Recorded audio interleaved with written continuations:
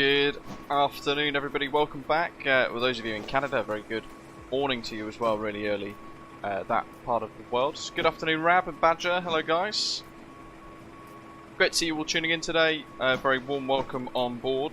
Today's the release date expected for the Just Flight F28 Professional, and we continue our learning from the other day with our very first flights, in fact, with our second flight live in a Canadian regional Fokker F28-1000 variant, the more dinky of the four options available.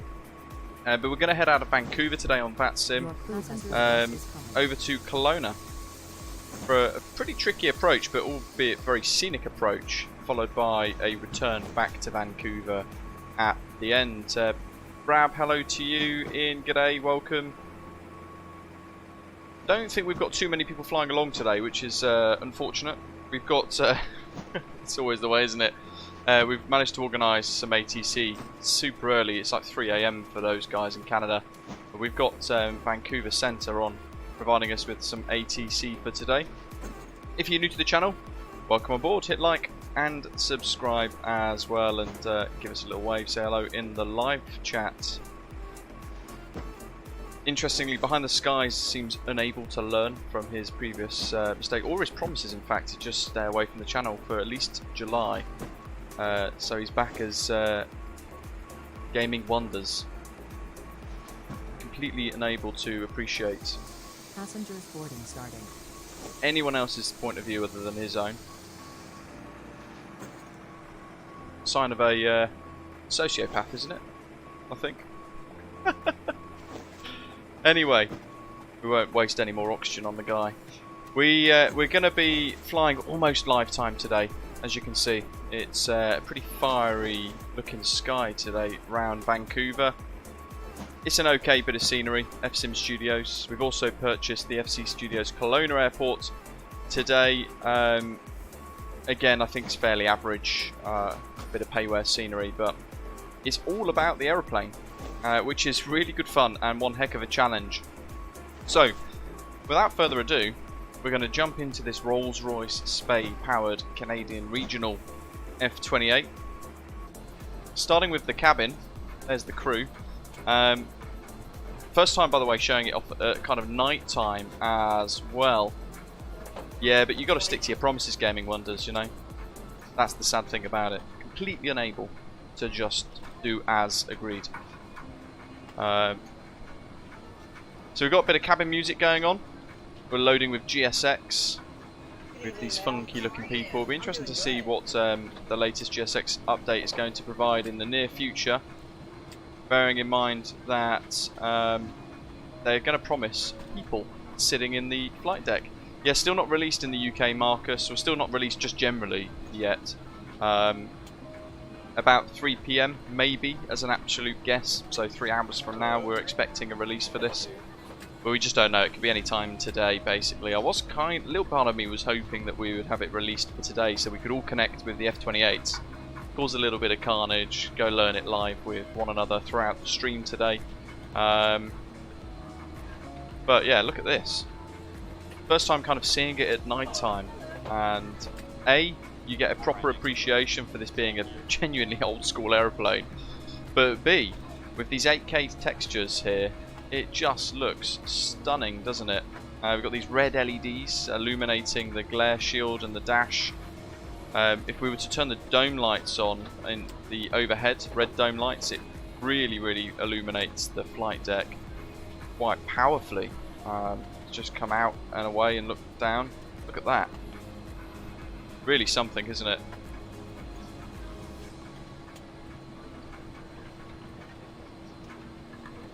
And we'll turn it off. So this is kind of going to be the cabin set out, the layout for today's journey. Pop those up out of the way so we can access the cockpit voice recorder. And we showed it, I think, on the preview stream the other day, but you can slide the seats back and forwards. A few other little features like that found around the aeroplane, which is quite nice. Somebody asked about the windows on the last stream. I completely forgot, so apologies to you if you're still wondering. They don't open, sadly. keep hearing these little clicks every now and again. I don't actually know what they are. It does worry me sometimes though. Looking down, we can set trip 01, that'll do. 12/7 for the 12th of July. FD's recording, flight data recorder. And we can work through testing some of these annunciator panels. If you like the first officer's kind of viewpoint as well, it's really good here. You've got all of these kind of controllable options down here. So you've got lamp tests for all the lamps to kind of illuminate down there for the service doors. And if we just bring the view across, we can customize based on preference where you want the red floodlights to be around the aircraft. So we can turn the first officer's one off entirely, actually, if we want to, which is quite nice.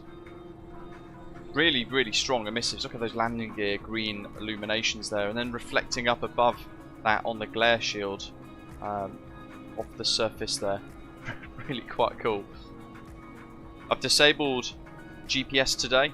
Why? Because I like to live life on the edge a little bit sometimes. So what we're going to do is purely fly with VORs. It was a question asked quite a lot. Some people seem to have missed the answer, but you can toggle it on and off inside the EFB. So I've toggled it off, giving us just the weather radar in place instead. Daniel, thanks buddy. First super chat from Daniel. Thank you very much. Very generous. Great streams. Our cruise today is going to be flight level 270. I'm not sure if we're going to actually be able to achieve that. I'm not sure, but we're going to try. We'll see what happens. But the cabin pressure control needs to be 1,000 above, so we'll have 280 set like so. Emergency lights are on. Fasten seatbelt signs, no smoking signs. All of that's off at the moment, as is the APU. And we've got 083 tuned in, a course of 066, and nav2 is currently active. So, for nav1, we've got the Vancouver VOR, which is what we're going to be basing our departure off today out of Vancouver. The Vancouver 2 departure, runway 08 left for takeoff. And on nav2, we've got the YDC VOR tuned in. To show you on Navigraph for the charts, this is the Vancouver 2 departure, so all runways, but we're using 08 left. Runway heading of 083 degrees for the takeoff, and climbing to 7,000 feet for the initial altitude, but working with ATC and going along with whatever they basically ask if we can achieve it. If we can't, we'll tell them we're unable. The Flying Panda, good afternoon. Welcome, guys. Badger as well, hello mate. Living on a player, Zato, Thomas, welcome, welcome. And everyone else, very warm welcome. It's great to have you all with us if you're tuning in for the first time. Always nice to see new folk. That's the Vancouver VOR, and it's offset quite significantly from the airport itself, so it doesn't help us with tuning in a 083 track from Vancouver, but I've set it there as a visual kind of reminder that I need to maintain runway heading after takeoff for that nav1 course mode there. But we're going to track it because it might be helpful. If we come out of there though and have a little look at our departures and then our en route kind of charts, if you like, we've got the Vancouver NDB there. Just before we reach that, we're going to be turning towards Pit Meadows, that YPK VOR. That's on a frequency of 112.4, which is the one we've got tuned into nav2. From there, we're going to head outbound 066 degrees, which is why I've got the course 066 tuned for Pit Meadows. The 92 nautical miles to YDC, which is there, Princeton. 113.9er. From that point onwards, you've got to... It's down to us really. Because this is a non-RNAV capable aircraft, if we look at the charts a little bit more in depth here, there are three arrivals into Kelowna. We've got this one, Norwich 4, which is all RNAV waypoints. Doesn't help us. It's also from the wrong direction. We have Pigloo 4, which is what the RNAV capable jets will be doing, flying in. From Princeton, 022 degrees to Piglu, 001 degrees to Vivek, then Datbo, then Darude, with vectors to runway 16, heading into the valley for descent, and then the ILS approach there. But again, that doesn't really help us because we can't tune in a waypoint and go direct to a waypoint. When we look at the last option, SECAB 4, again, more waypoints that we can't actually tune. So how do we manage that? Well, what we do is we look at all the charts and we pick the best option. So from here, if we look at the Lock Zulu runway 16, this could be an option for us. Look, heading out of Princeton, that's going to be a missed approach in that inset there, but it's just to show you roughly Princeton VOR, and then heading 014 degrees out from Princeton for 57 miles to Tosus. At that point, we intercept a 17.5 DME arc round to the ILS. Could be helpful. We look at some of the others. Again, Lock Yankee could be another option there. But ideally we fly an ILS approach. So ILS Zulu doesn't help us because that would require us to fly one of those RNAV arrivals. So we rule that out immediately. Doesn't help us. The RNAV waypoints, again, the RNAV approaches, completely useless for this style of flying. So that only other option is ILS Yankee runway 16 in this instance. So 014 degrees from Princeton VOR, 57.5 to 17.5 DME arc for ILW. That's the ILS 3-letter identifier code. We fly that 17.5 DME arc until there's the 152 degree radial. At that point we'll be turning final. EPRAB is a waypoint there. Again, that doesn't really help us, but the DME for us does. So DME 14.6 ILW. That's going to be quite helpful. At that point, we want to be rings level and thinking about establishing on the ILS. Hopefully, at that point, we will be pretty much established, or at least settling on the ILS. Straight and level flight at 5,500 feet. There's EPRAB 14.6 DME. And then from about 10 miles roughly, 11 miles, should be then on the glide slope down. If we look at the flights tab, you can see currently at Kelowna we've got a 2-knot crosswind and a 2-knot tailwind, which is fine. It's in the aircraft's limits. We've got 10-knot tailwind as the limit of the aeroplane. That's certainly within limits there, and the 2-knot crosswind, again, that's also in limits. It's certainly a lot less serious than the crosswind we had into Belfast Aldergrove the other week, so I'm optimistic for this one being a little bit smoother. But from YDC we're going to be heading roughly 016 degrees up. Go to VFR, that might help us a little bit. Kind of up to this here, this like valley area, and then we'll be turning into the valley. We might be able to head inbound over this terrain, but we've got ATC online and they're likely to be vectoring us to help out with that. Right ahead though to Kelowna, 8,900 foot runway. 16 makes it nice and easy because we can just roll out nice with a gradual deceleration to vacate at Charlie. If we really push it, we've already got Echo as a boot or bust option. And then heading in for a turnaround, and then once we're there we'll zip back all the way to Vancouver, so a couple of hours should be good. George, hello buddy. Afghan path thing, I can't quite remember. It's been a long time since I thought about doing GSX type profiles and things, so I'm not actually sure. Duemi, hello to you. Okay, right. We've got double music going on, so let me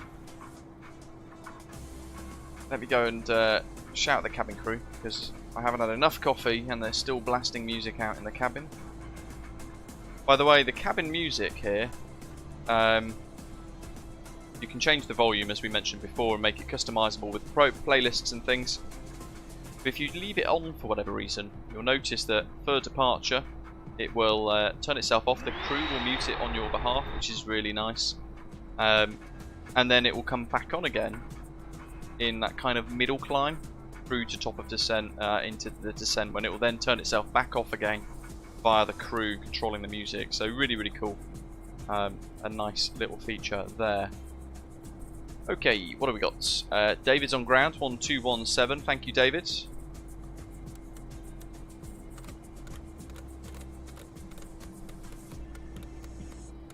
And I'm going to try something today. In fact, 1217, let's do it, because we can do it slow time here on the ground without the stress of being in flight whilst we're experimenting and learning.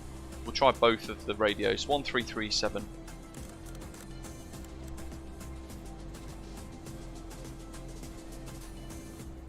But we don't want squelch. A little bit of squelch to help us. Major, Theater, hello to you. Well, it's a different style of flying entirely from things like the 737 from PMTG Major Aviator, but it's a very good question. It's tough to kind of put your finger on any of the options, really.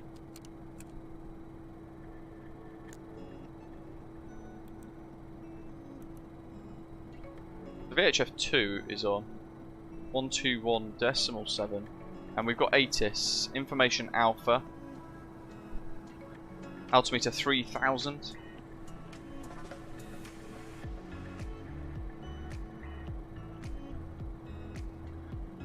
So I'm going to write that down, 30.00. ATIS Information Alpha at Vancouver. What have we got this set to? Vancouver ground, good morning. Set that. We want to make sure the altitude is set to 7. Ground, hello, passenger message. Done. We've got radio on, that's good. So that's 1217 using COM2. Fokker F28, standard gate 83. Takeoff type Boeing 737-800 with information Alpha. Altimeter 3000 back west, I4 to Kelowna asphalt.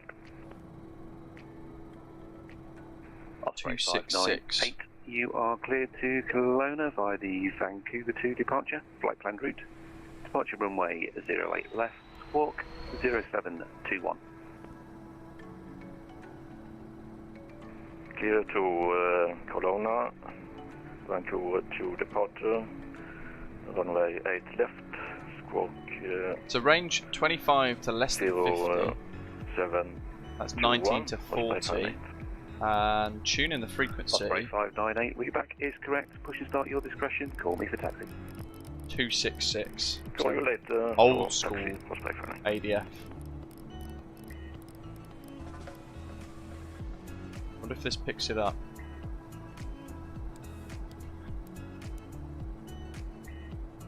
That's 266. Oh, look at that. It actually has. I think. Oh, no.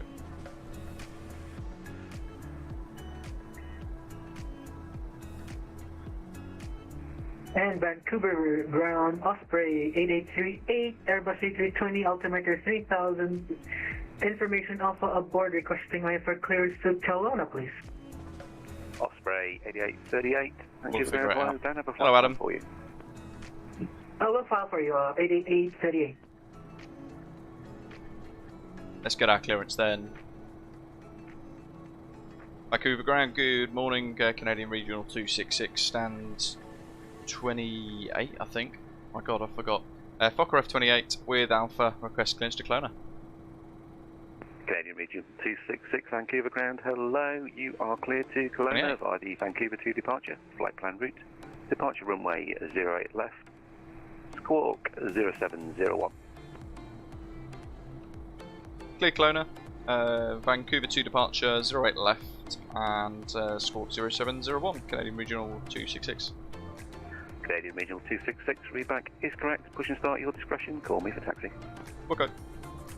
070. And Osprey 8838, you should have a flight plan filed for you. We'll pop that on standby. Osprey Right. 8838, roger, standby. It's the attention-seeking game in wonders. You just sit back and relax and chill, and you will find that people will be more accommodating. Certainly, other content creators as well that I know have had issues with yourself in the past.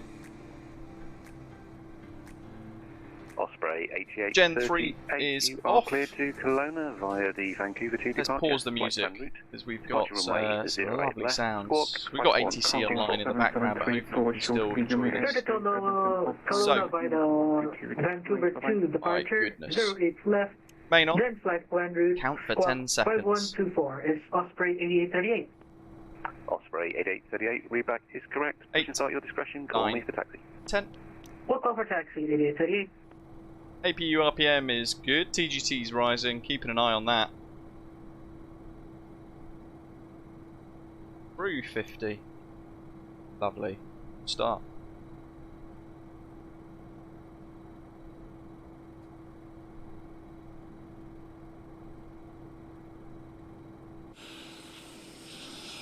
In Vancouver ground, a very good morning, Osprey 2. Back in the day of incandescent lights, indeed, Andrew, really cool. Type BAE 146200. So, with information Bravo on board, QNH 30. APU is off. Air conditioning main requesting switch is IFR to 1 Kelowna, on, please. 1 off.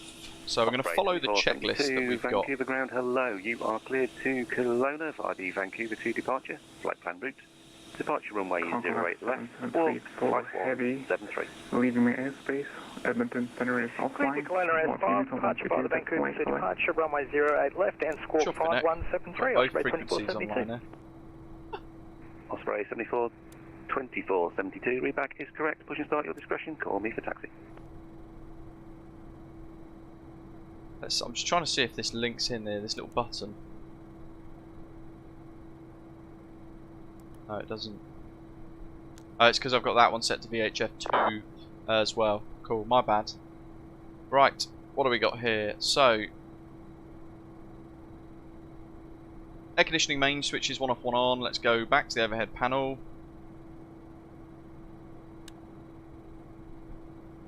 Main switches 1 off, 1 on. So we'll do left 1 on and number 1 and the right 1 off. That would do.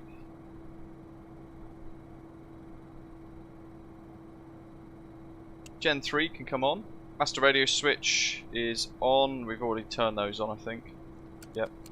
Hopefully we've not caused a circuitry issue.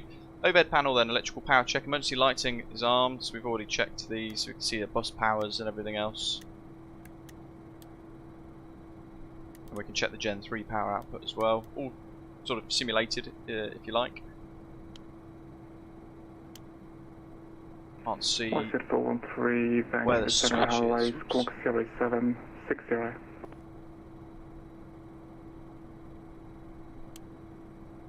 I don't know. It's on one of them. It doesn't matter which.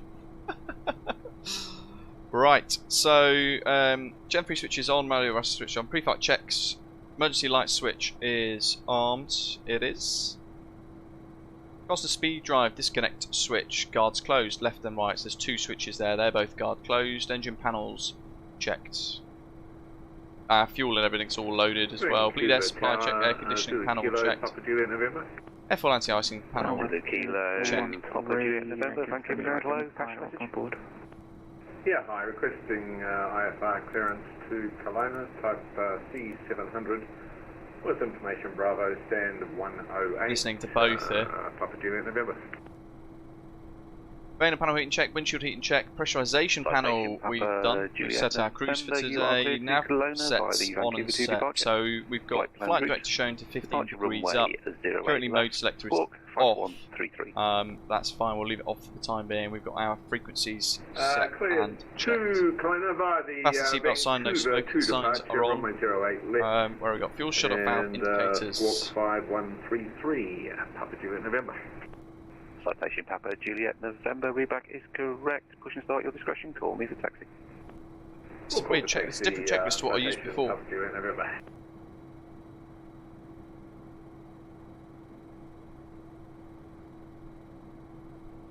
Guys test, central caution lights bright dim. Fuel quantity check, lift dumpers check, TDC switches to takeoff.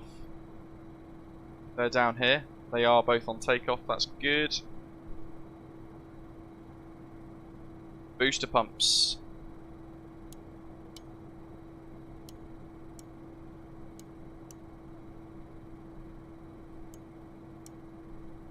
Jolly good. Centre tanks there, they're empty, and tanks 1 and 2 have both got fuel in. Vibrations set and checked.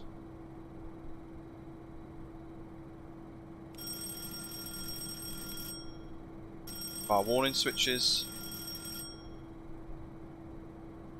The red lighting's pretty cool, isn't it?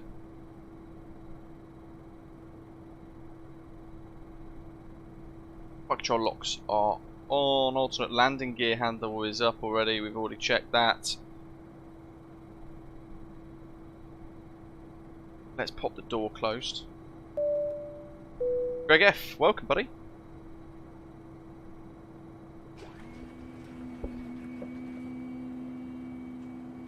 APU running then, so oxygen check, APU air switch can go on now. Just handle that for now. Oh, look, the music's come back on again. Ah, dear. Oh,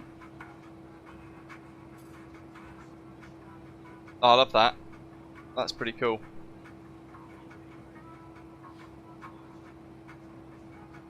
Windshield heating switches are on low. Fasten seatbelt signs are on. Central warning caution systems, we've already done that. Skid control tests. Captain Fozzie, welcome, buddy. Aircraft weight set. TTC switches, takeoff, nav light switch on or on. So on or off. So we're leaving those on. We've got nav lights on at the moment. We're going to press that takeoff plaque to set our V speeds on our airspeed indicator there. So we've moved those little bugs around automatically with a click of the switch.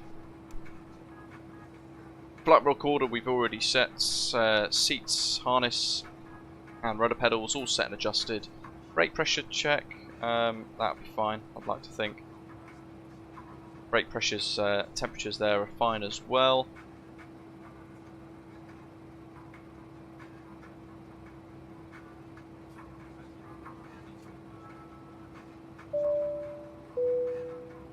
Ground locks removed, windows and doors closed. So cleared for start. Mike Bravo's welcome.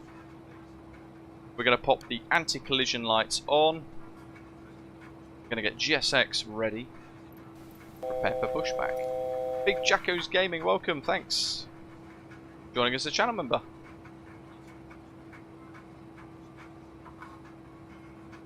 Rab says he's almost at the cruise of the giddy height of flight level 190. Golden Gate 923, Vancouver Center, hello, Squawk 0756. Big old flash there of lights. We've transferred power across to the APU, which is running the power systems now.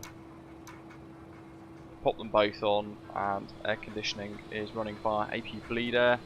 Ground power can be dismissed. Park brake's already set, so we'll get rid of the chock. See you later, welcome. Completed. Bypass pin inserted. Appreciate it.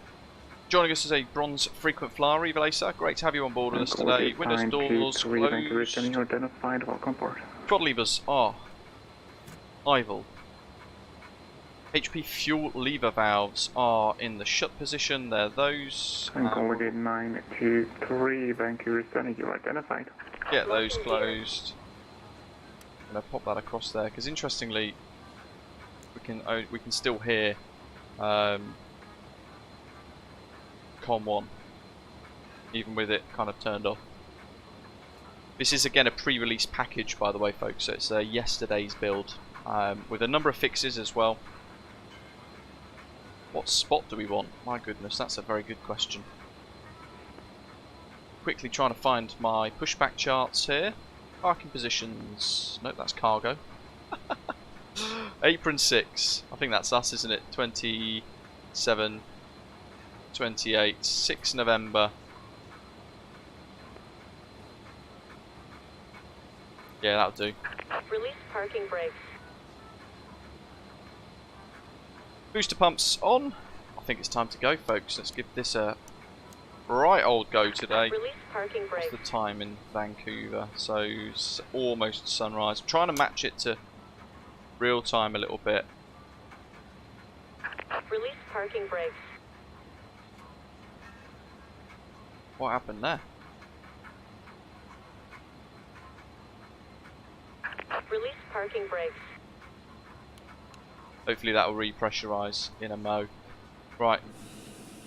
We're going to check it's clear behind because we don't require any kind of push and start assistance or clearance here at Vancouver. So we're going to begin to push. Mike Bravos, welcome. Start brake off. Commencing push. All Let's see engines clear. what Start at we will. have.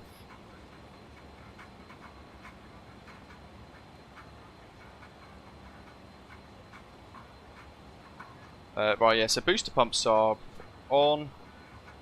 Start master switches then. Start master on. Engine start selector 2.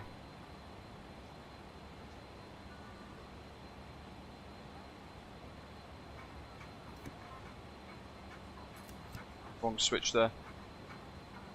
Positive indications. Or positive rotation of LP RPM.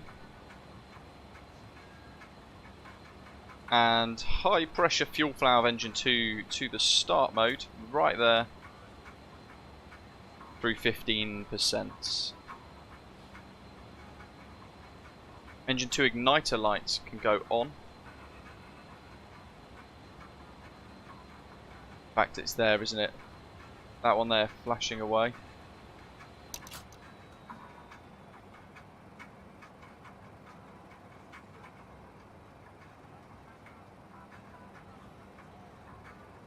What have we missed?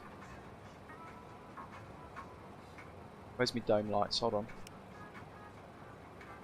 Interestingly there, where I've turned the time of day back a little bit. Oh, there we go. Just sorting itself out.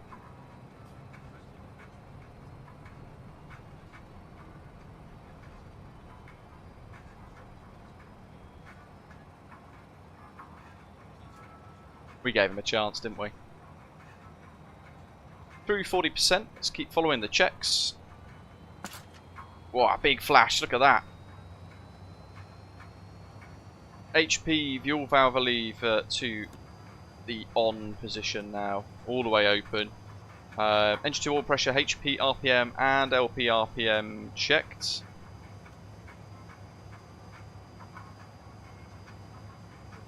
And repeat for engine 1.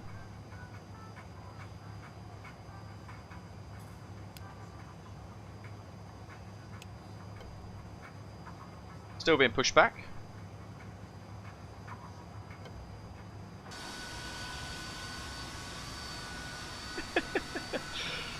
Love it. Look at that. Look at the red lighting in the flight deck.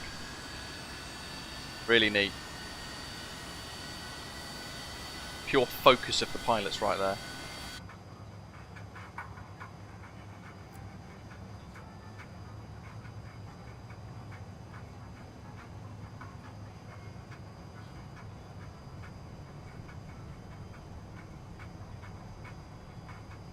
Set parking brakes. Set. Cockpit to ground. We have a good engine start.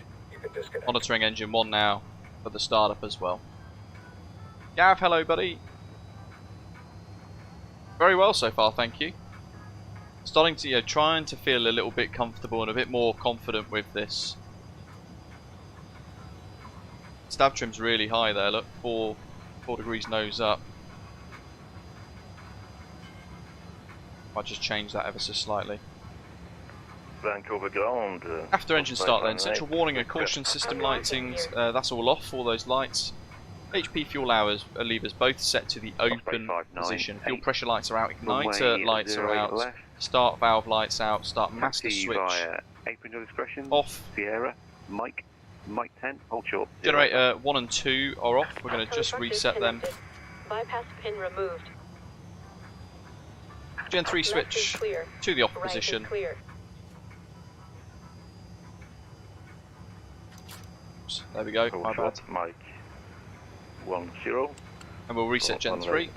Didn't have those switches flicked all the way up there, my bad. APU air switch can go off now.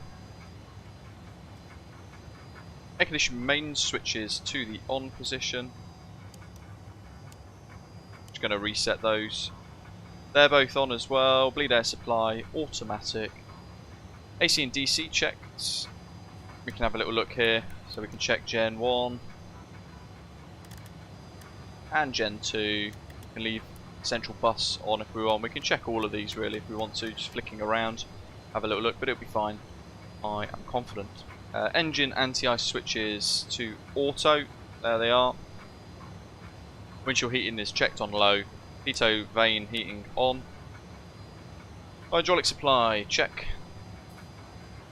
All those systems are now repressurized there, and the warning lights for aileron, elevator stabilizer and rudder hydraulic systems are all extinguished. Electrical pump switches are over there, guards are closed, flight control lights are out, flaps set to takeoff.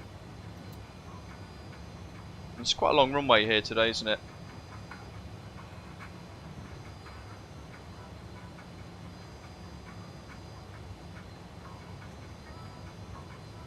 Do we do flap 6 or do we do flaps 11? We'll do a flap 6 departure, I think. What's the runway heading and the winds and things? Let's see. Flights 5 knot headwind, 1 knot crosswind. It's quite a long runway here, isn't it? Yeah, 3,000 meters. Yeah, let's try flap 6. We'll see what happens, shall we?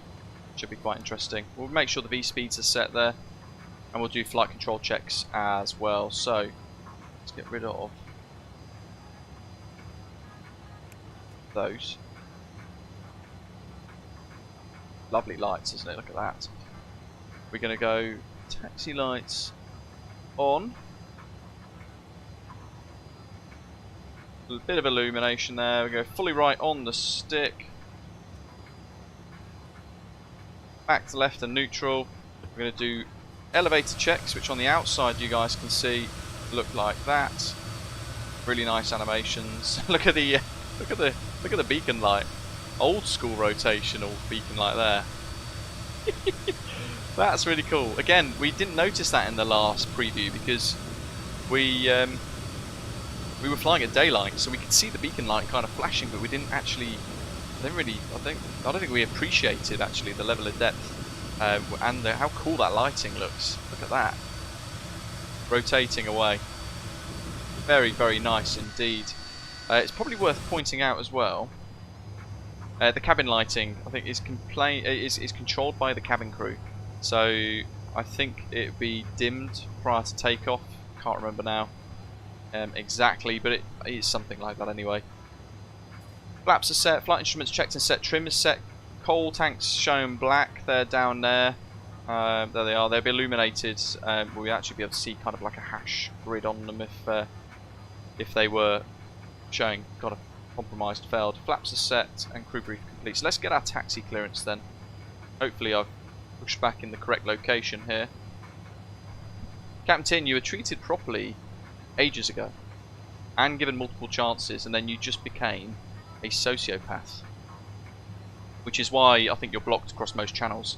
Now I keep trying to give you the chance, even though we agreed for you to just bugger off and go and waste your oxygen elsewhere through July, but again you seem unable to do that. So I mean, you should probably just go and get help for your mental health issues.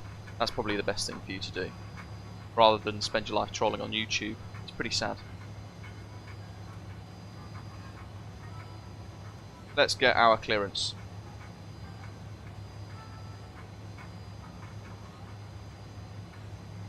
Got the check set, got the charts ready. Ground, hello again, Canadian Regional 266. I think I'm on spot. Mike's 6 Mike, request taxi to 08 left. Canadian Regional 266, runway 08 left. Taxi via Lima Hotel, Mike 10. Hold short, 08 left. Taxi 08 left by Lima Hotel and hold short, Mike 10, 08 left to Canadian Regional 266. Adam, Epic. And Osprey 8838. Looking forward to it, it's going to be good. Taxi, please. So, a little bit of throttle just to get us moving. It's worth, before we get too much speed up, just tickling the brakes a little bit. Runway 08 left. Taxi via Juliet Bravo. And then working away. Mike, hold short hotel. Juliet Bravo, Juliet Mike, really and hold short at hotel 08 left. Osprey 8838. So flight time of about an hour for each of the sectors today, from Vancouver to Kelowna and then back again. We're still expecting the release, though I'm sure you guys monitoring will be able to kind of spot that. Oh my goodness. 133.700. Lima? Vancouver service. Have a nice day. Yeah, gotta go right here. Starts with me to go on. Yeah, it's not been released yet. We are expecting it at some point today, possibly in the next 3 hours or so. That's probably the best thing to do. Is kind of just monitoring it. But you guys, I'm certain, are runway going to tell me the second it releases. Taxi via Tango, Mike, hold short, Juliet. That was close, wasn't it? Mike, hold short, Juliet, to 08 left. Oh, I said zoom in off the runway, off the taxiway there.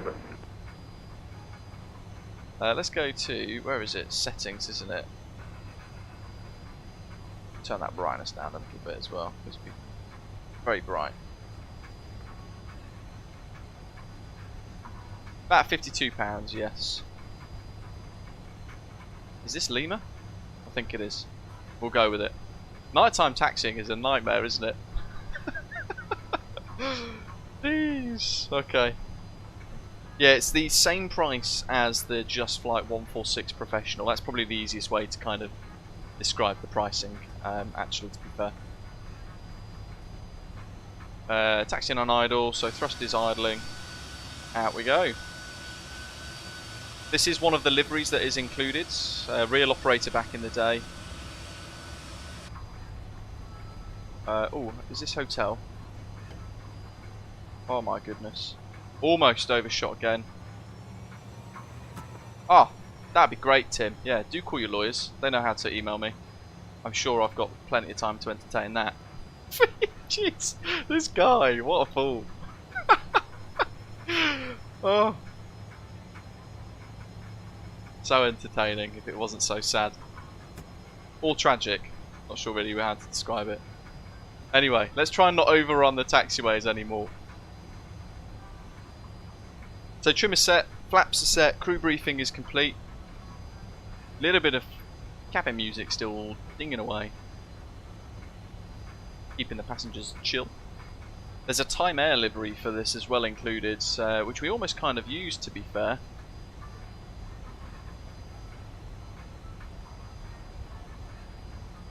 To be fair, Badger, I was expecting that comment from what another content creator was telling me about an hour ago. It's great, you could predict it. Rab's changed to sunrise. It's technically sunrise, probably at 30,000 feet. There we go, that's probably the same guy. But that's perfect, that's played straight into what we wanted there. Because now David, on ground, can hopefully grab his VATSIM user ID. That will be a good little ban, wouldn't it? Yeet him off VATSIM for life. There's obviously some 5-year-old kid vying for attention. Mummy doesn't give him enough. He'll be back, David. So all the way down to Mike 10, David's helpfully giving us quite a bit of runway length today. So we're able to use full length, which is good. MG King, good afternoon. Getting a bit of speed up here, taxiing on idle. Citation Papa Juliet November, continue taxi, Mike 10, hold short, 08 left. Sean, yeah, 1960s aircraft, stock production, middle of 1970s, it's really, really old school. Replaced later by the Fokker F28.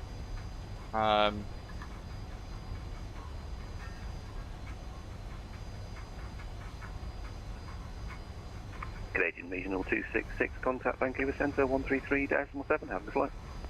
1337 for Canadian Regional 266, thanks for ATC, David.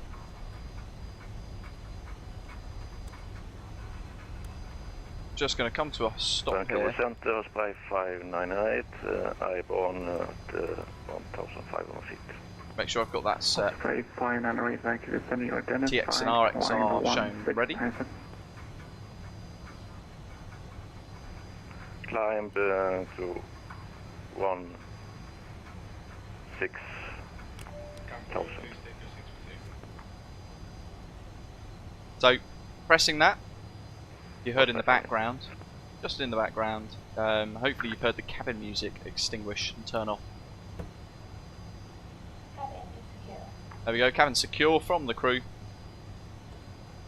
Vancouver Centre, good morning, Canadian Regional 266, Mike 10, runway 08 left, ready for departure. Canadian Regional 266 Vancouver Center, good morning, runway 08 left, line up and wait. So it left line up and wait, Canadian Regional 266. Osprey 598, left direct Janek on course. Turn, please can you repeat Osprey 58? Osprey 598. Little bit of power, just keep us moving. Janek, Juliet Alpha, November, Echo, Kilo. Strobes on. Oh no, that's storm lights. Turn left, that helps us though, because now I can actually see. Janek, Juliet Alpha, November, Echo, Kilo. Just lining up slowly here.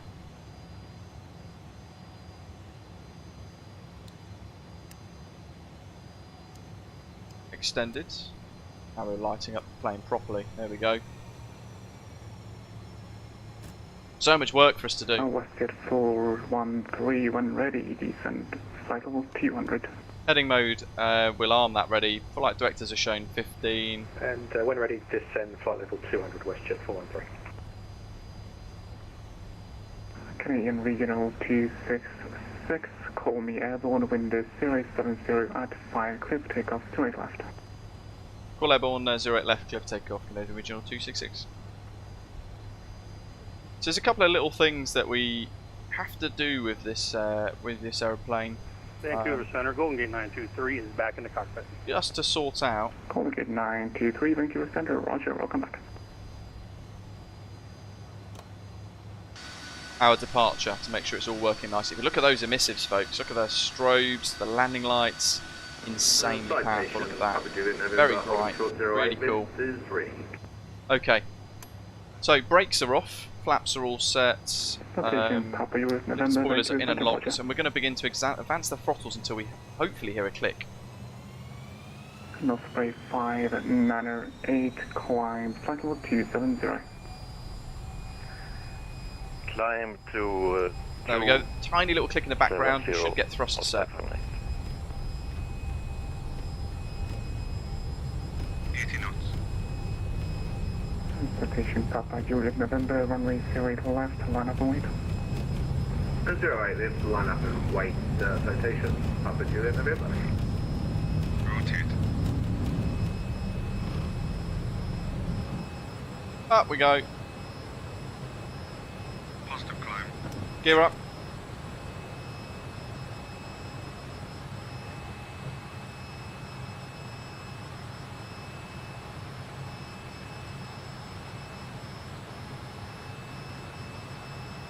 Oh, I forgot to arm the lift dumpers, didn't I? Whoops. God damn it.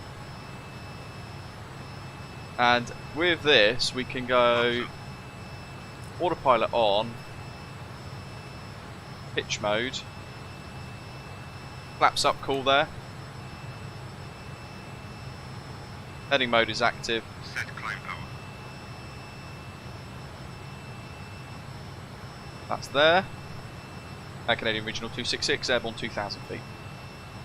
Canadian Regional 266, Vancouver Center, you identified, climb 16,000, proceed direct, the pit meadows VOR on course.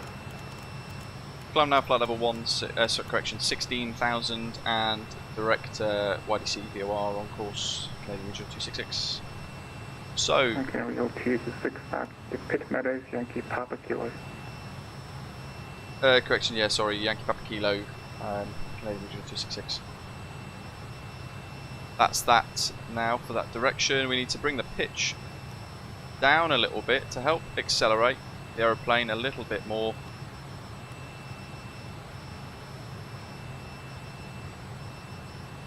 Notice how the runaway trim issue is now gone. And we're going to target... I'm going to set 200 knots, or about 210 for now. As we get to that, we'll begin to kind of climb out a little bit more. But here we are. Look at this.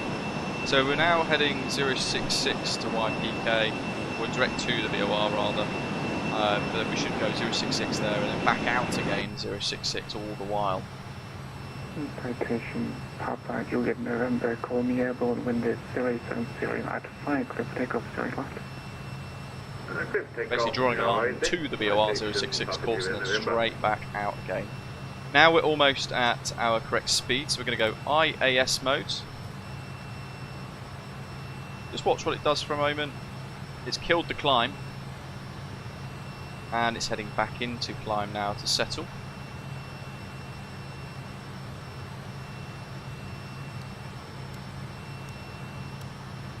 Let's get rid of the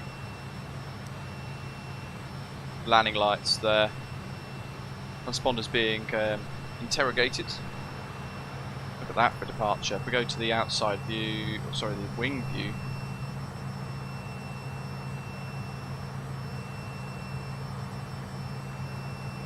How good is that?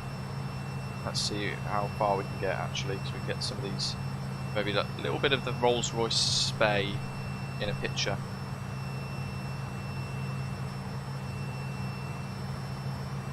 So this is a bit of a test for me, if you like. The latest version, where they've made some of the fixes and things to the aircraft. Citation, Papa Juliet November is airborne passing 2,800. Citation Papa Juliet November, thank you. And again, like before, we've got the AK cockpit textures in the aeroplane. 2,000 foot per minute, so we're going to just keep that rate of climb at the moment. Just for now. Oh my goodness, you know what I forgot? Gust lock. Canadian Regional 266, climb flight level 270. Flight level 270, Canadian Regional 266. That's shocking. I can't believe. I should have noticed that. But I was fiddling around with it earlier before the stream started, and I thought I disengaged it. And I obviously didn't. It's a good job we only just, well, it's probably, it's a good job we got airborne as smoothly as we did. Jeez. Oh, beam. It's a good job we were on that mode as well, because we'd actually kind of rolled quite nicely on course to where we wanted to go without actually being in the correct mode as well. So yeah, so far working really nicely. Everything that I've done is pilot error. But again, this is the second time flying live, second time flying it properly as well, I guess. But what a departure this is, eh? Lots of roar from the outside. We don't have the hush kit today. Strobe's looking great. Black smoke powering out the back. And heading out of Vancouver. Kelowna is going to be really tough. I have no idea what to expect, so I'll try my best, as always. Slight tailwind for us to contend with.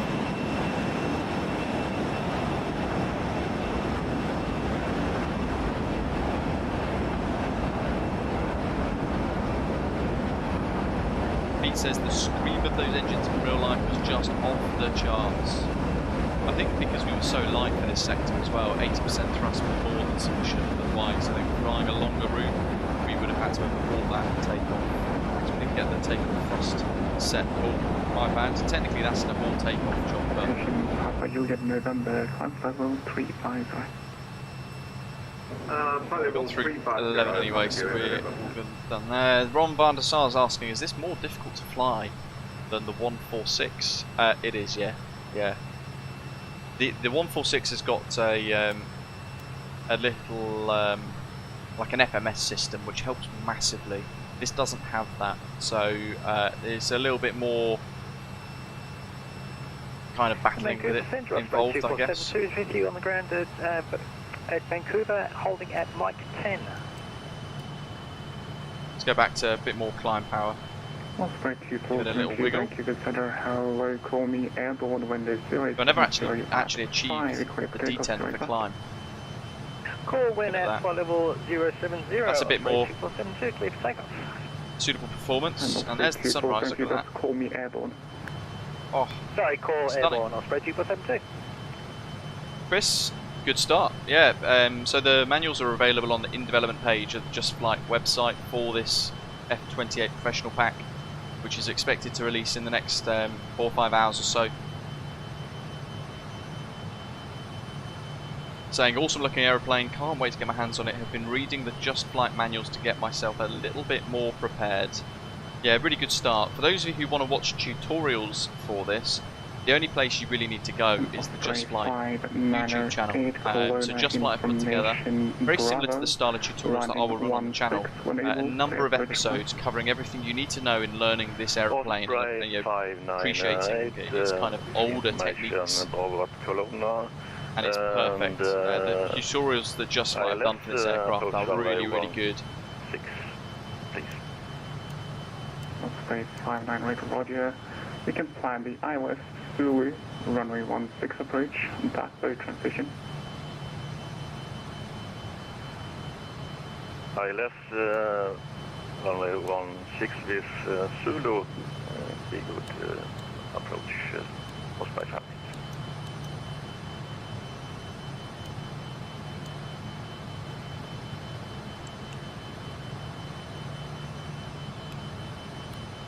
Ah, my goodness! I've got to turn the APU off as well.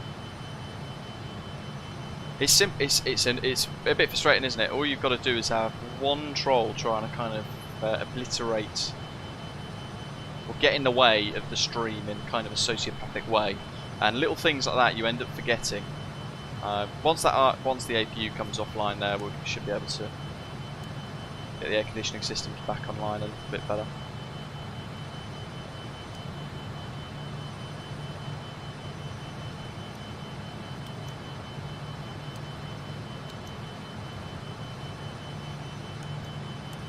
And Osprey 5 Mannerate, when ready, descend 2000, Kelowna altimeter 2993. When ready, descend to flight level 12,000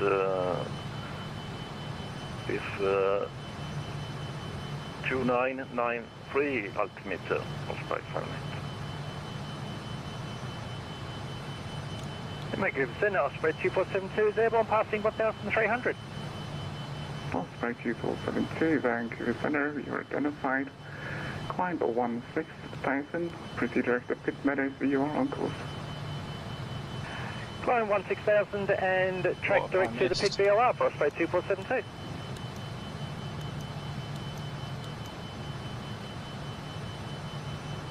A minute. Can't get. There we go. Westjet 413, descend 13. 18,000. Starting to get a bit stressed there with 413, the Victoria information. pressurization Bravo, issues. altimeter 3000.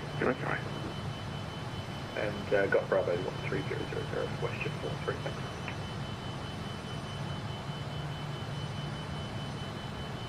Oh, like YDC.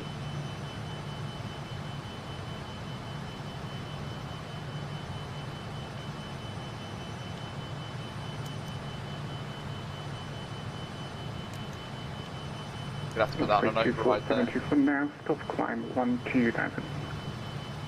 Stop climb 12,000, Just Flight 2472. Working a bit too hard that. There we go. So I'm going to go into like an override function for the left pressurization system for the engine on the left hand side. Hopefully we can fix that on the ground at Kelowna. Osprey 8838, Sure, it'll be fine. Vancouver Center, hello. Runway 08 left, line up and wait. We can turn these lights off as well. Look at that. Osprey 8838. 20,000 feet.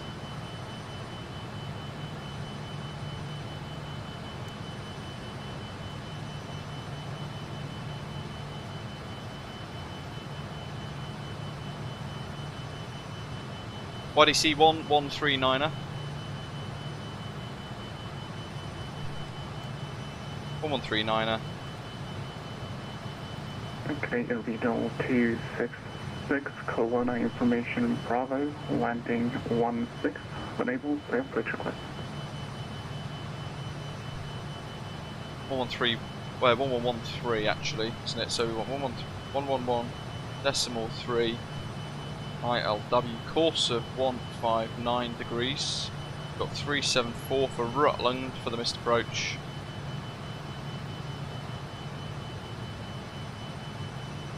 .374.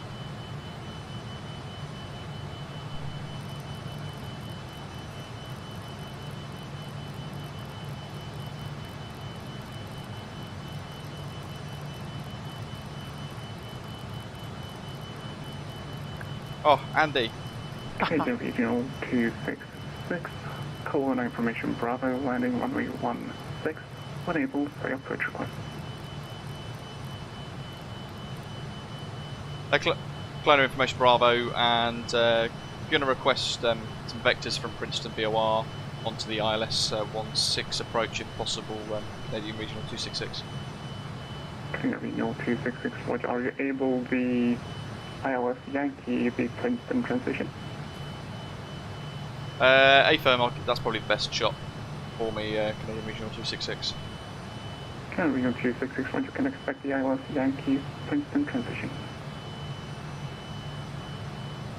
Expect ILS Yankee Princeton transition for Canadian Regional 266. ILS Yankee 16 Princeton transition. 38, call me airborne, wind is 014 degrees. Takeoff 08 left. We'll call an airborne, Osprey 8838, clear for takeoff 08 left.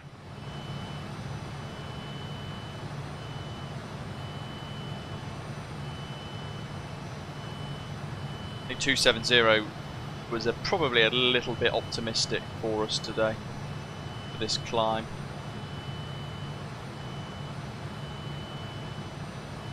So Princeton 113.9er. We're going to set 066 on there actually for now. I'm going to go to nav 1, beam mode. Westjet 413, descent 5000. Hoping this is going to kind of just sort itself out in a moment. And Osprey 2472, climb flight level 270. Turning left. Should be going back on beam now, 57 miles to go.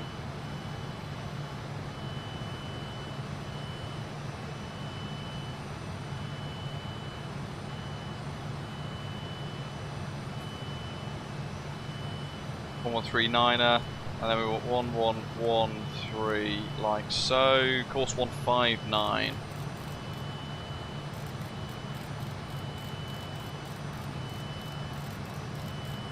That's for the ILS. We got out work. Got out big time today, folks. VOR locks active. Let's leave that flight vector on 0 for now. We're on speed mode for takeoff. On to go. We did it! We're at cruise. Cabin's pressurising, so we haven't killed everybody yet. That's really good news. It is early access, yes. This is a preview version, preview build from yesterday, so still a couple of tweaks that JustFlight are making from yesterday's version that they sent me, or 2 days ago actually, sorry, this version is from. And yeah, they are kind of doing the final tweaks prior to release, which is due today. We're doing a bit of a release day party stream, 2 sectors to Kelowna and back around Canada. Massive thank you to the ATC here, VATCAN today, coming online to give us some air traffic control. Really, really kind of it. Papa Juliet November, the Kelowna Information Bravo. Here we are, at cruise, and the sun is up. A bit of haze on the horizon, in fact. Look. Use Clavia to his navigation on this thing. All of the VOR and DME stuff, pretty much, yeah. You can download a GPS unit. You can download a flight plan into a GPS unit, I should probably say. And that is toggleable, we mentioned it earlier, and on a couple of other videos. It's toggleable inside the EFB here. Osprey 598, descend 9500.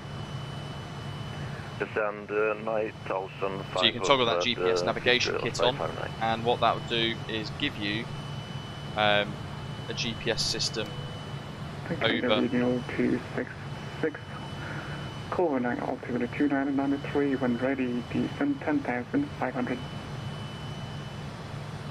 When ready, descend 10,900 and altimeter 2993, Canadian Regional 266. 10,500. Canadian Regional 266, that's 10,500. 10,500, Canadian Regional 266. So we're pretty much there already. We're going to go to change our speed a little bit there, that'll do. We're going to go speed mode.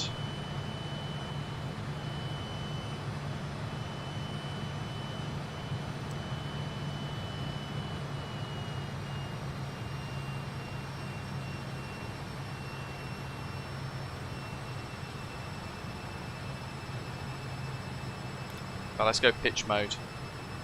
Down. Small adjustments to let it settle. Got the speed bug set there.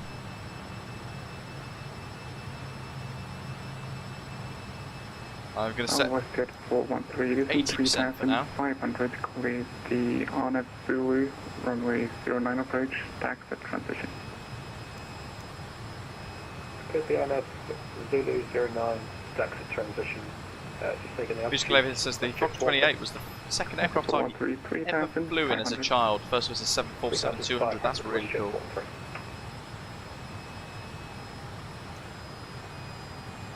We might get the UC horn moment. There we are. Silence that, and Kelowna's elevation. Osprey 8838, climb flight level 1420. So 250 8838.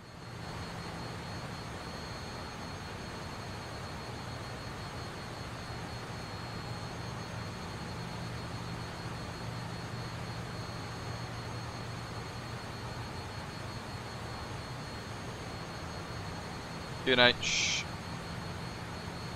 2993, which is the equivalent of 1014. Oops, that's not, there it is, 1014. 1014, that's as close as we're going to get. I'm just going to set that on 0. Put that on automatic. 2,000 foot per minute. I reckon we could probably go a little bit quicker. Minimums for this 267. So we're going to change that to 267. Almost about 3,000 foot per minute now for the descent. 250 knots.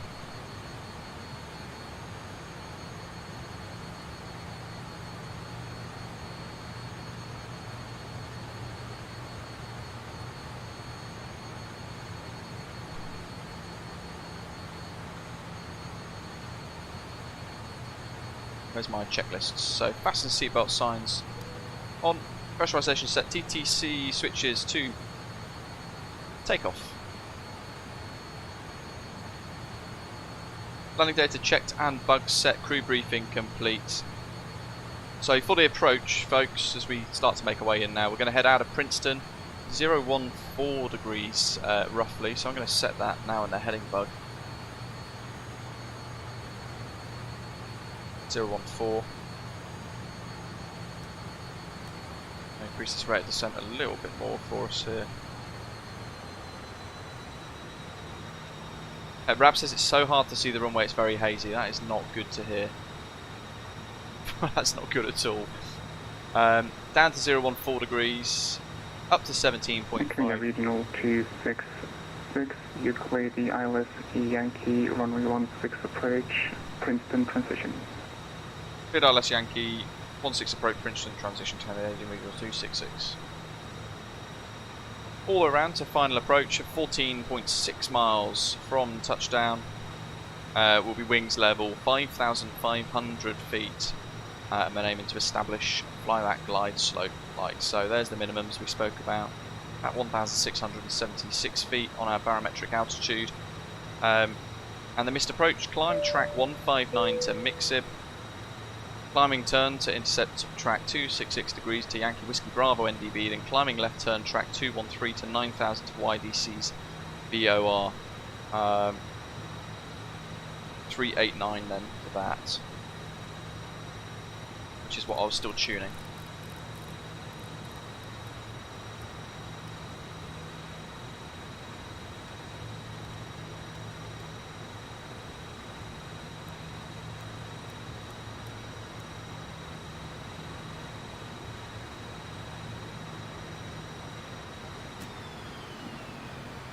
Careful of our speed there. Felix, welcome aboard. Thanks for subscribing, buddy. Osprey 8838, turn right heading 140 for spacing. 140, 88. By the way, 3838, that's right 140. that's a click spot to hide the Right, EFB, heading which helps with 140, certainly an 8838. approach like this, most definitely. Pressure panel set. Gate 923, leading by airspace to the south and February TC unit. That's all set and checked. Air conditioning is on override at the moment. We don't need icing. 1 to go.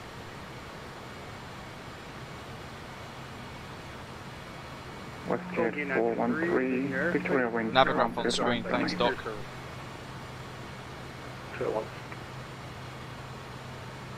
This is when you guys can tell Victoria winds calm, clear to line 09.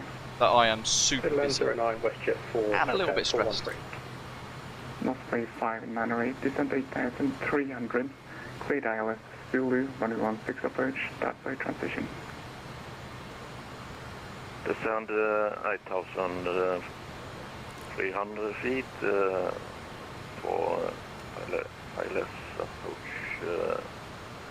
runway 16. Okay, turning now. Flight 014.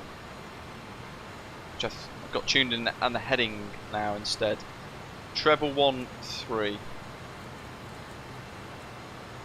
159. 2472, Kelowna information, Bravo, altimeter 2993, plan B ILS Yankee, runway 16 approach, Princeton transition.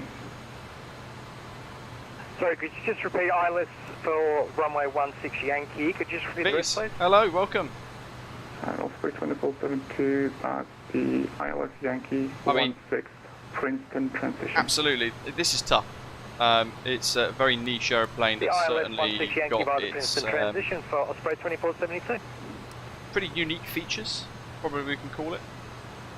And it can trip you up very quickly as well. But it's a good challenge, certainly for flight sim, to try and learn. Get some power back in here. Yeah, certainly to try and learn.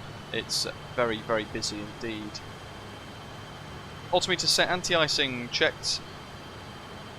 Landing light switch is extended and on. Landing gear warning switch set to normal or alternate. It's on normal anyway. Citation Papa Juliet November, descend 9,500. I'm going to arm that now because I've got a feeling I might forget. 9,500, citation Papa Juliet November. Rab says safely down, stunning approach. There's the wing view from the right hand side. Yeah, Andrew, I replied to you on Discord earlier, buddy. Good morning. Brixel, we are flying into Kelowna today. Down in that valley somewhere.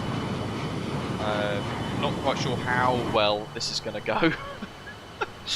But we're going to give it a really good go. We'll give it a good shot.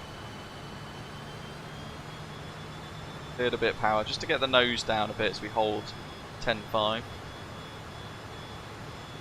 Osprey 8838, 10 left heading 0870.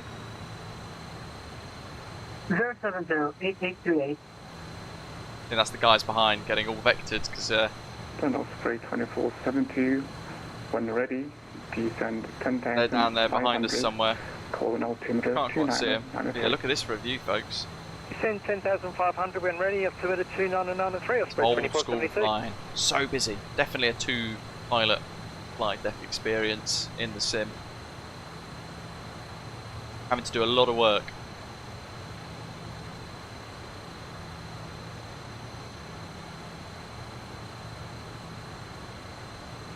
Triple 13, happy with that. 159, both the courses are set. We're on heading mode at the moment, 10,500 feet. Speed just shy of 200 knots, so I'm just going to add a bit of power. Lift dumpers, we've armed them early. Boost pumps are all good. We've got no warning signs. Missed approach brief, we might have to hand fly that though.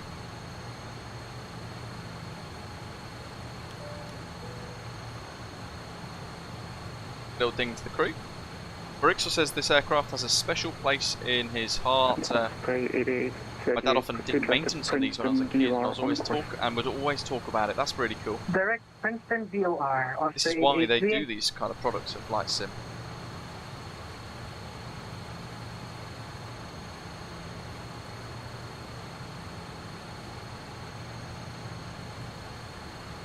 Osprey 932, are you covering Vancouver? Osprey 932, that's affirmative. Osprey 932, ready for taxi. Osprey 932, Roger, runway 08 left. Kelowna Tower, altimeter David 1196. 308, taxi via Kilo, Victor, Mike 10, hold short 3 left.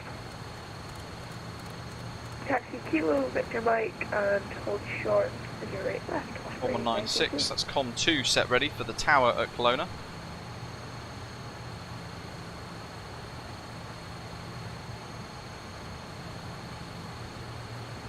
Osprey 598, looks like you missed the flatbed transition. Turn right, heading 130, great ILS, 16 approach. Just a bit, David. Look at this for a view though, guys. How nice is that? Keeps the pressure on us quite significantly because we've got a lot of work ahead of us now. Avoiding terrain and everything else, but also sending into that little bit of haze that seems to be present at the moment in Kelowna as well. So I'm not sure what to expect beyond what we have here. Airspeed is CYLW8S.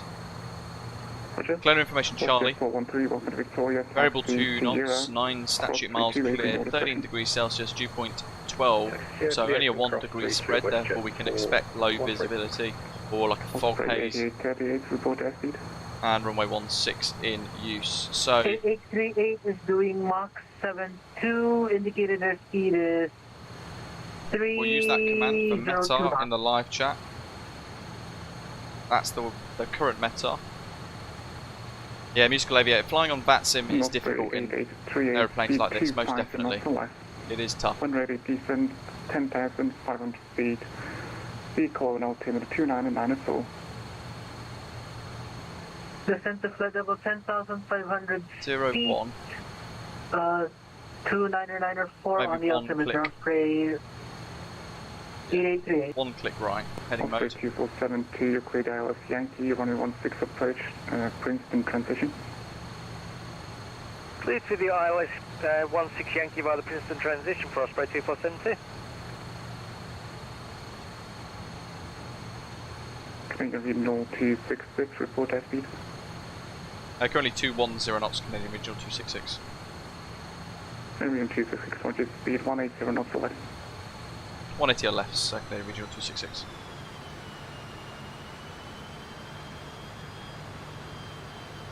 Decelerating. Citation Papa US November, descend 8,300, cleared ILS Zulu, runway 16 approach, stop transition. Down to 8,300, cleared the ILS 16 via the depot transition. Are you going to vector me from depot, or can I do that myself? Citation Papa US November. Oh, your November, the transition takes you onto the ILS, so you cleared via the depot transition. So it looks like one ahead We'll do that. to be fitted. Citation Papa US November.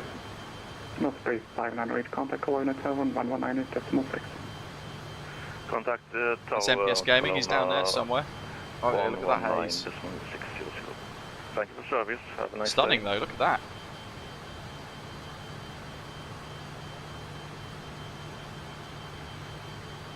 Trying to roughly kind of identify where Kelowna actually is. And Sir Osprey 8838, we just want to clarify, Down there is it somewhere, I think. 15,000 feet or 1,500 feet? 10,500. 10,000. Bring its speed down a bit more. Osprey 8838, thank you. Got to be a beam the field almost because it's showing 20 miles on the ILS.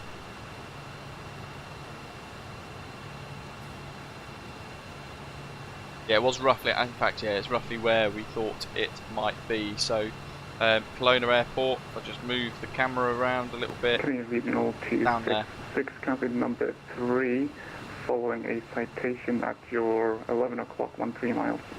Got him. Air visual of the traffic ahead, number 3, Canadian Regional 266. There he is. 266, want to maintain visual separation. Okay, 266.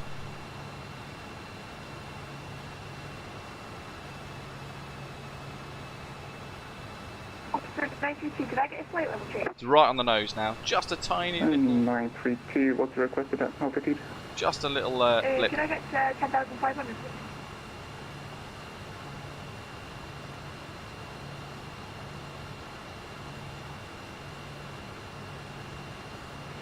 Osprey 932, confirm you want 10,500 to Kelowna? 10,500, thanks. Stand by.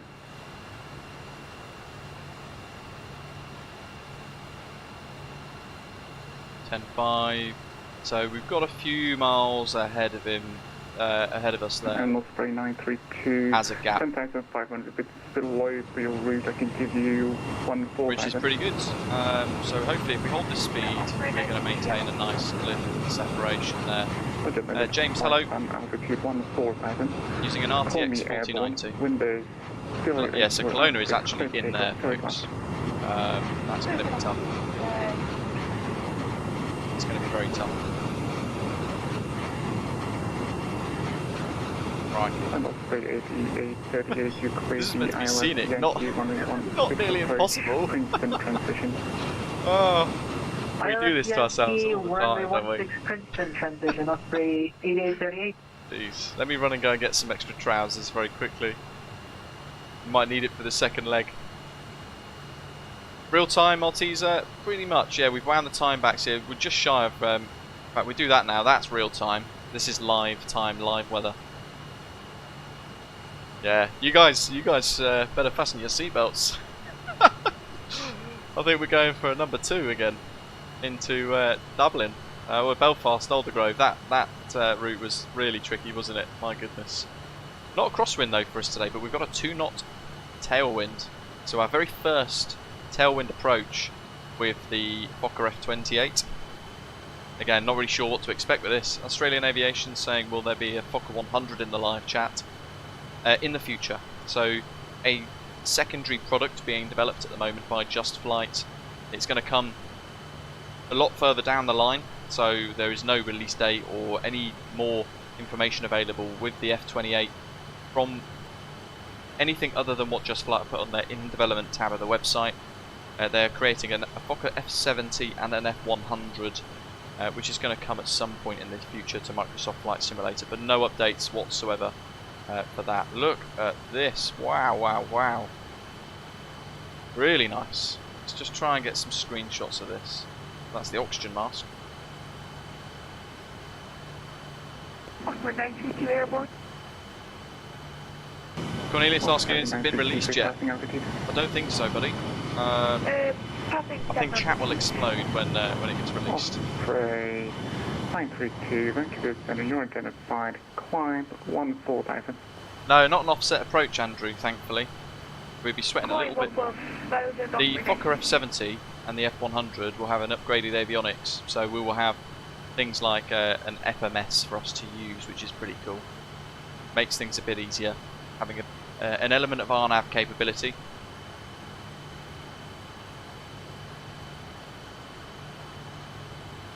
Transportation, Papa Juliet November, once established, contact tower at 119.6, bye-bye. Tower 119.6 established, citation Papa Juliet November.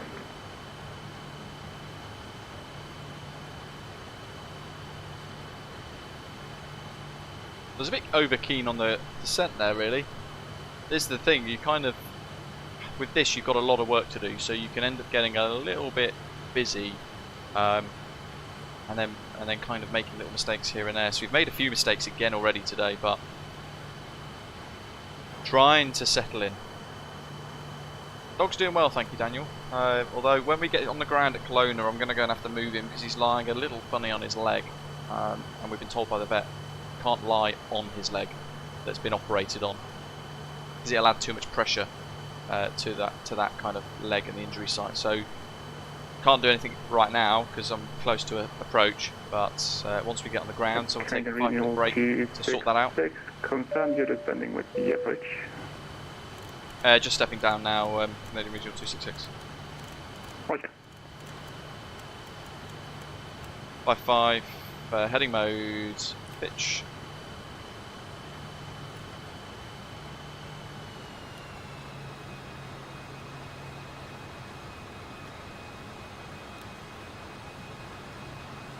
settling into descent. Trying to hold 180 knots. 1,000 foot per minute for now. That'll do us. Use a little bit of the speed brake, the clamshell spoiler at the back there, looking pretty cool. And from here, approaching 17 miles. Look, here we go. 17.5 DME arc, and we're now going to turn 060. 3932 to proceed direct Janek on course. Osprey 932, could you repeat that? Osprey 932, proceed direct Janek on course. Down more.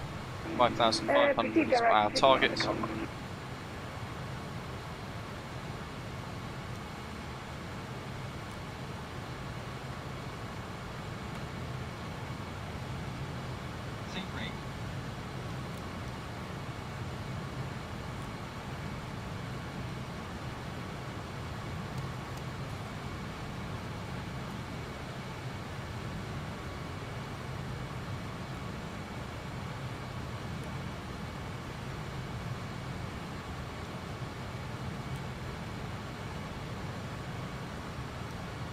Try to get it to settle. Osprey 932, request to step away for 2 minutes. Needs to come in a bit more. 932, approve, report back. Report back, Osprey 932.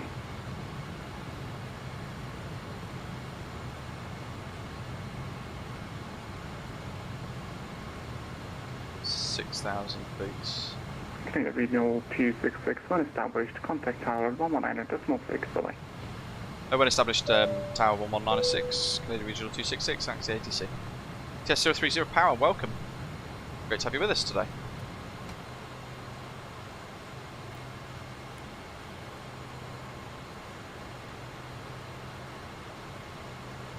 One to go. Gotta leave the speed brake out here because we're keeping it tight. 120, heading mode, active in the turn, VOR lock, Course bar active, and beam active. Osprey 8838, confirm you're descending to 10,500 feet. 10,500 feet. Osprey 8838, sorry. Just lost 5.5 a little there.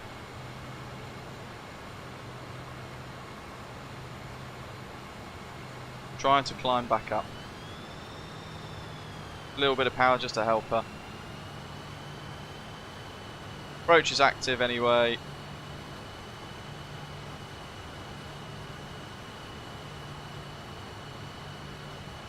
localizer, Got it.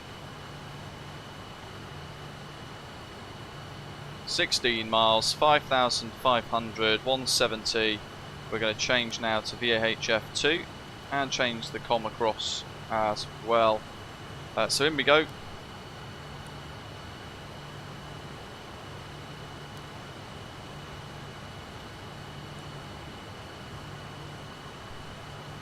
Kelowna Tower, good morning. Canadian Regional 266 is inbound ILS 15 miles. Not 324.72, confirm you're following the ILS Yankee. Looks like you're direct Whitman at the moment. I've Had them both on there. Glide.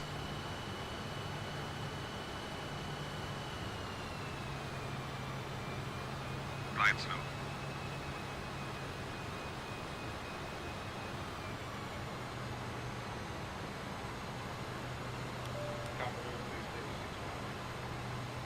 Shuts, hello buddy. It's the same price as the BA146. 2 stages of flaps, flap 11. Just check, I've got that set there. That's flap 11. Jolly good. Here we go, folks. Gonna press that again just to trigger the debug. 5.5, 9,000. On the right at gate 9. Thank you for service. Have a nice day. Thank you. Bye. Thanks, one it's weather. Speed. My goodness.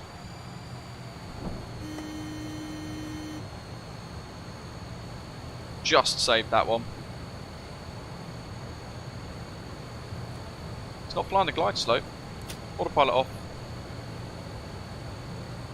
And flying it in.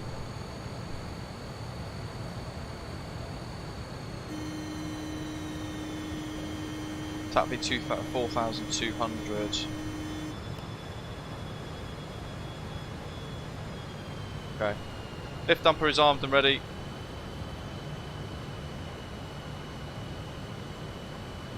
Hasn't taken the glide slope there.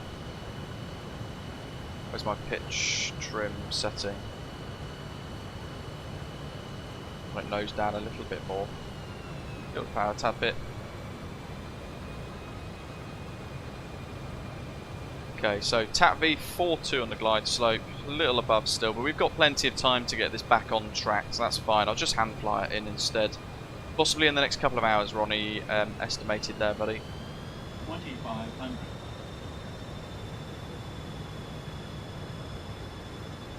Citation Papa Juliet November, vacate on Charlie, straight ahead onto the apron, stand your choice. Vacate Charlie direct to the apron and bed of choice. Control visualizer on the left, just showing you the little inputs I'm making on the controls. Get down 3 green. And we'll go flat 42, final stage. 7 mile final. Speed's looking good, rate of descent's looking nice, seems like we're back on here.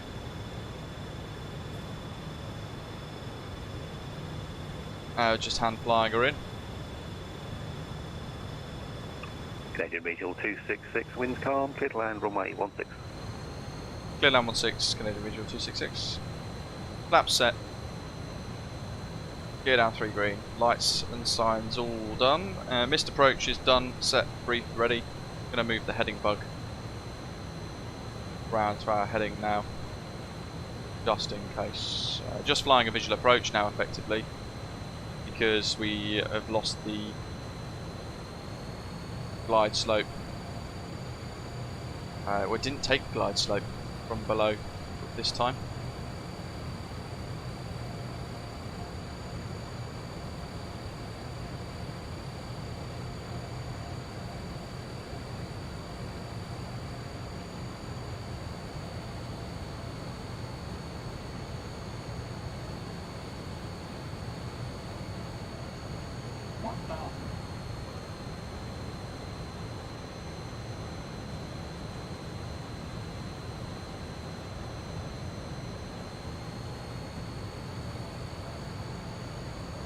Do excuse me while I'm silent, folks. I'm probably concentrating.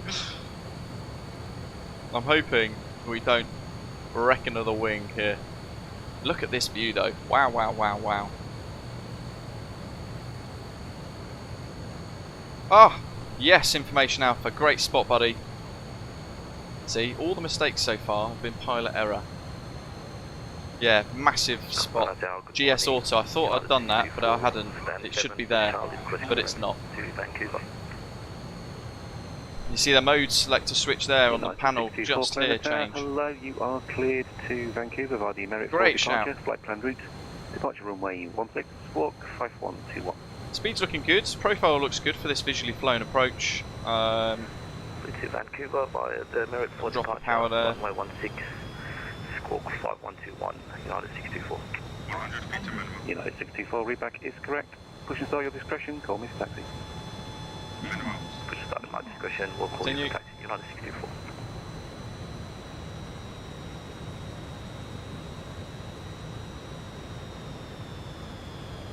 Got a little high, but we can recover it. Looking ahead. 50, 40, 30, 20, Holding the flare now. 10. Just beyond the touchdown zone, but we'll take it. And decelerating. Lift dumpers are out. And gently on the brakes for an outside view. There we are.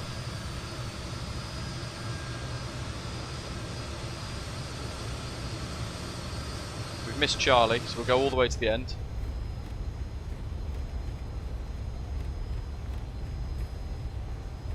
Canadian Regional 266, vacate on Delta, taxi to the gate via Delta Echo, stand your choice. Vacate Delta, Delta Echo, standard choice, Canadian Regional 266.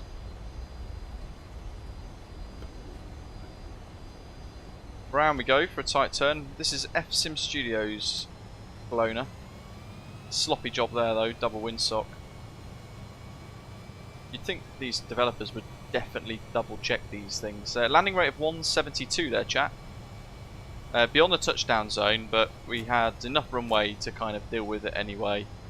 I wasn't confident that I'd be able to fly that missed approach accurately either, so just went for it. Yeah, 1.14G, 172, that's, I'm happy with that, very, very pleased with that actually. Congratulations Information Alpha, great job.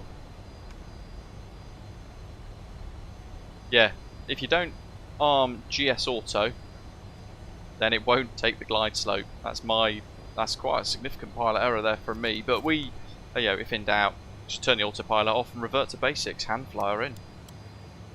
Which is basically what we did. Strobe's off there, she is. We're going to put APU on.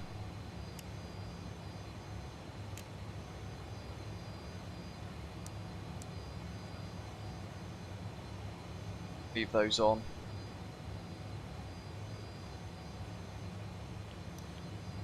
Okay, let's taxi in.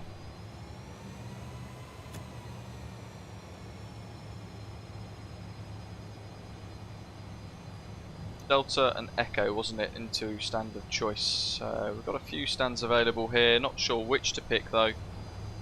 We've gone to... Lift spoilers are stuck out at the moment.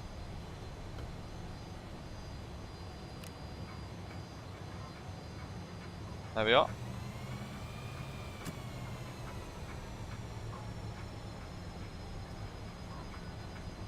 That's stand 8.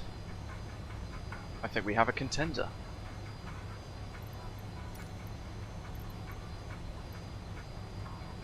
Well, gate 5 could be a good one actually with a walk-in. Gate 3. We'll do gate 8. We don't need to follow me because we are already there.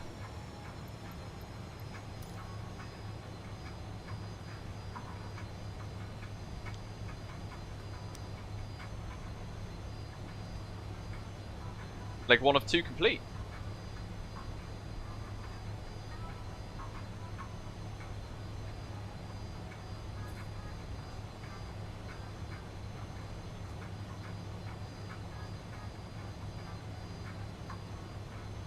They're all primed and ready for us. Custom GSX profile.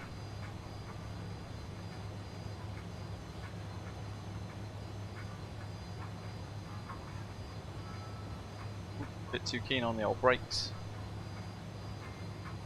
Trickling her in. Gonna have our mate, bless her.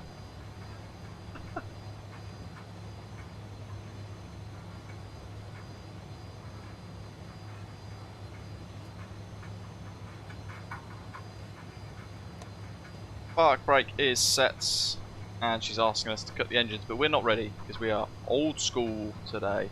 Let's go across here.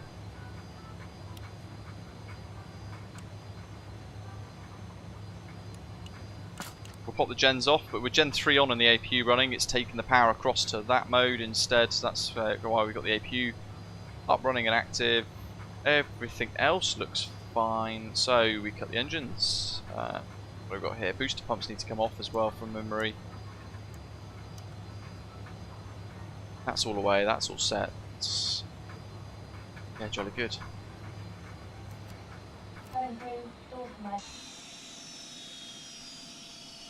Those noises.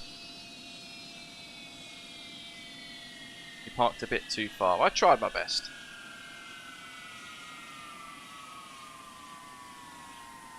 A bad dispatcher always blames the pilot. I think that's the saying anyway. One of the things we can actually kind of watch now, in fact, is the EFB, aircraft, chocks. We'll pop ground power.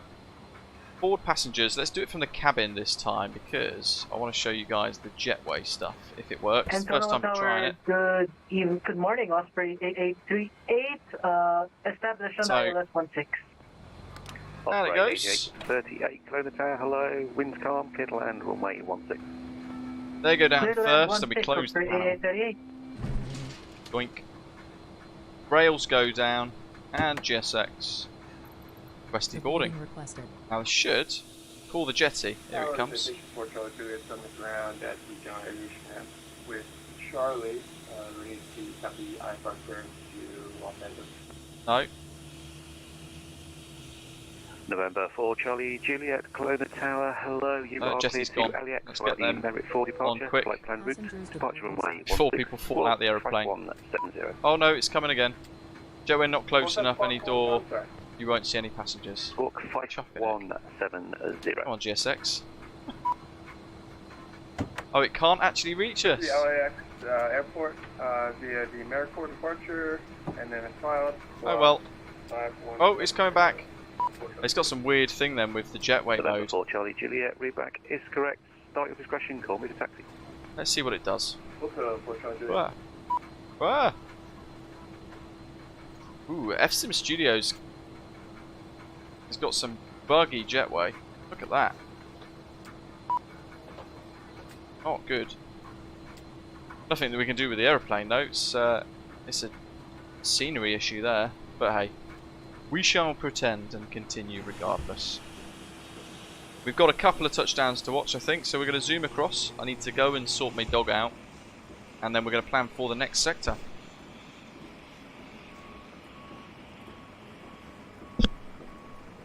Absolutely smashed the microphone there. Sorry if that's banged out on your speakers, folks.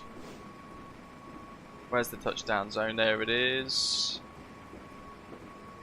What a stunning, stunning view that is. So, let's get some music going. We've got a few touchdowns to watch. Not many, but we've got a few. One or two. We've got two inbound, in fact. Perfect. We don't want a deboard crew. So we've got two approaches to watch. I'll be back imminently, folks.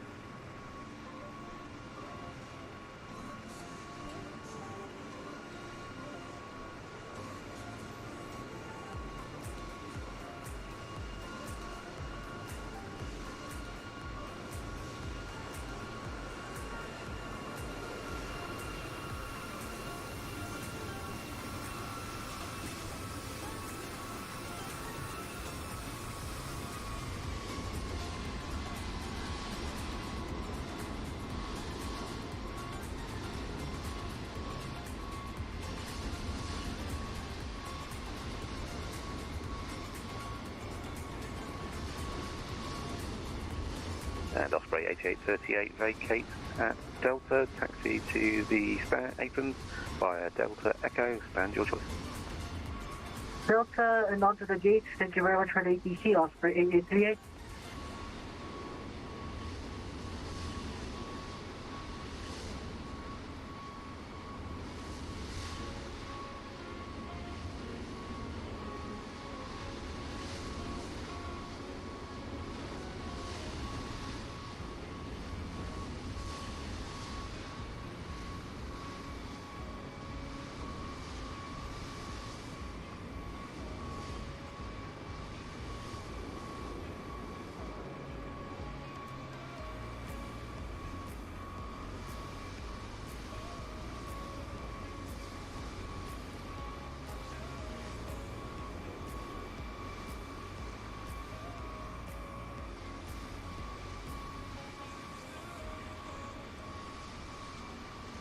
Kelowna Tower, Osprey 2472. It looks like I've had a sim freeze again.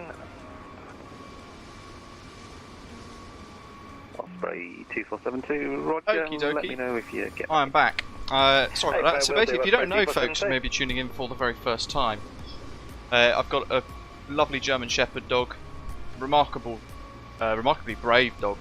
He's had 2 hips replaced. One of those recently failed and became dislocated permanently. So he's recently gone in and had new surgery, extracting the first bionic hip, the one that had failed, and then a new one got put in place. So he's had really serious surgery, opened up his leg, and replaced the bionic hips that were put in originally that had failed with new ones. So he's what's it now? Wednesday, isn't it? So he's 3 weeks and 1 day post surgery.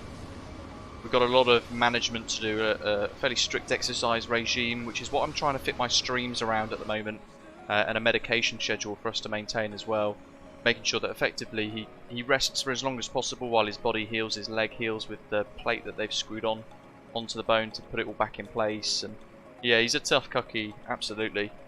Brave lads. Wouldn't change him for the world though. So, our dog, Loki, is Chief Woofer of Osprey Airways. Sounds like Ian's had a sim freeze. Juliet, runway 16, wind calm, Look at this. altimeter 29994, taxi to Alpha, hold short 16. So, Roger, Kelowna, Alpha, hold short, run. it's a pretty rubbish payware scenery, to be honest. I think it looks not too much dissimilar to the freeware version on flightsim.to, which is Negative, still frozen at this stage. You did that to me earlier with centre, and then did come back after a couple of minutes, so I'll give it a little bit longer. We'll go back here. That, just to be aware, I'm going to depart 1 ahead of you. Hey, fam, no worries. We also need to turn the anti-collision lights off. My bad. Okay, so we've got another sector to do. So let's wind that flight director back to 15. Charlie, Juliet, winds calm, clear to take off runway. We're going to pop the when airborne, modes contact, off there for a minute. Vancouver Centre 133. And we're going to go to Roger, quick takeoff. We'll sim contact brief. departure 133. Just need to pull in our new route, so I'll generate it, spend a few minutes sorting all that out so that we can then fly back. Where are we?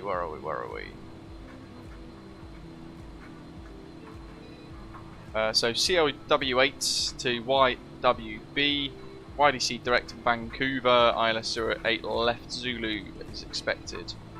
We are Canadian Regional 265 for this next leg. CDR 265 CYLW to CYVR. Lovely jubbly. There is now, by the way folks, I forgot to mention at the beginning, so in preparation for release, Just Flight have been working away at a sim brief profile for all of the 4 variants included in this add-on pack releasing today. So the 1000, 2000, 3000 and 4000 variants all have their own bespoke sim brief profile now, which you'll find in the aircraft type. You can scroll down to F28, which is the aircraft's ICAO code, and then you'll get the 4 options that we've just discussed there. Cruise for the way back is only flight level 240 in the sunshine, very nice. 08 right, oh no, ILS 08 left apparently, according to Doc's routing system.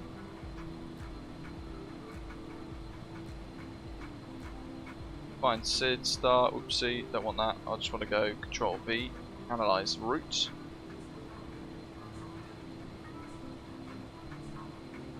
Generate flight. Yeah, I'd imagine it's much better than default, absolutely. Living on a player, thank you. Yeah, it's been tough, to be fair. You know, he can't help it, and it's down to us. We kind of took him on those early days. It's down to us to make sure he lives the best life possible. Full sign, Canadian Regional. Pop that in the remarks. Okay, and we are now CDR 265.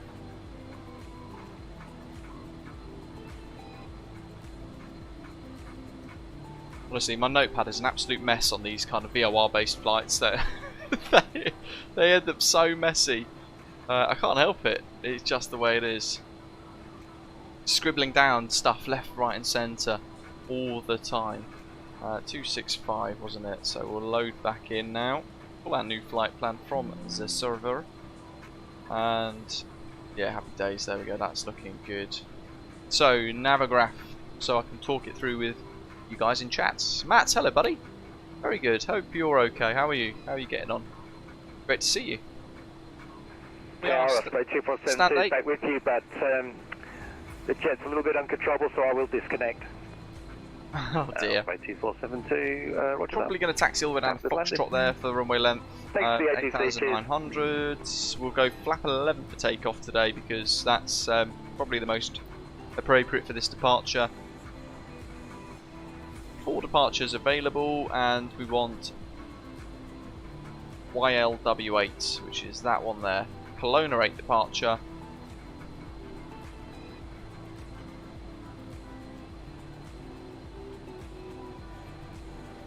Actually, is it? CYLW. YLW8. There we go, happy days, yeah. So, vectors. We're going to depart runway heading 159 degrees. Before we reach this terrain, because we don't want to collide into it, we're then going to turn right inbound to the West Bank NDB 389,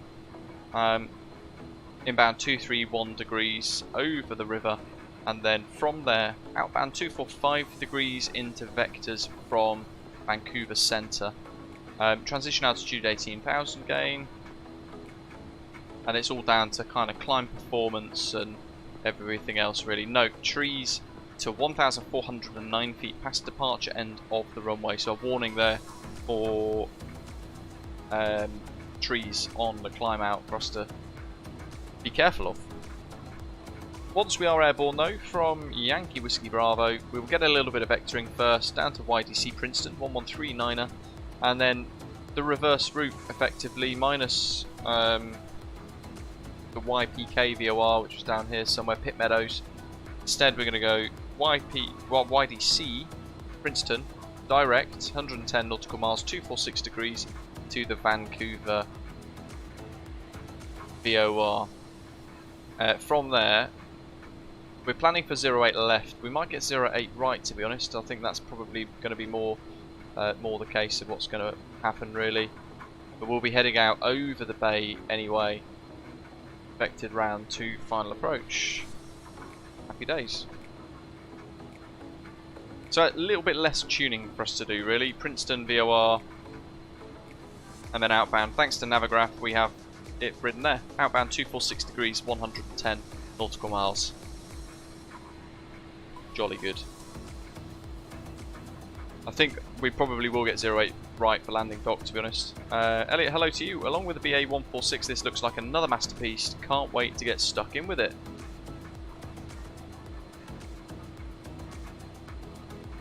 Rab says the F28 is a bit too difficult for his old brain. Right, those NDBs and things then. So we've got a tune. This is the first time doing this actually. What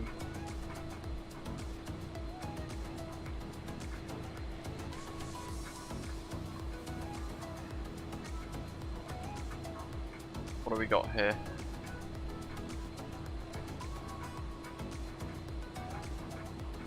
.389er, which is actually what we've got tuned there. That's weird.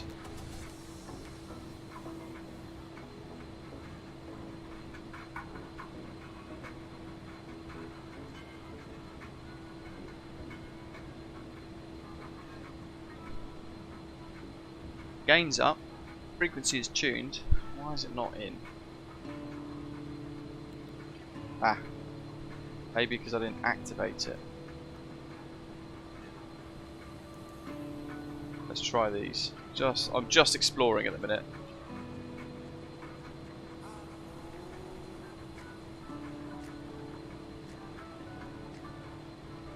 No, not having it.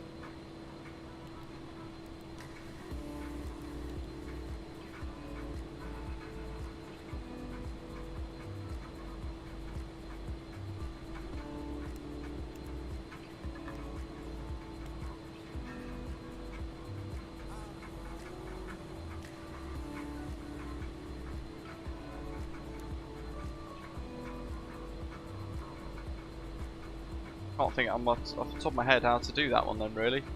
We want Princeton VOR 1139er. It's up here. 1139. We'll pre-tune that ready. That's gone active now, so we should be able to swivel this about. Ah.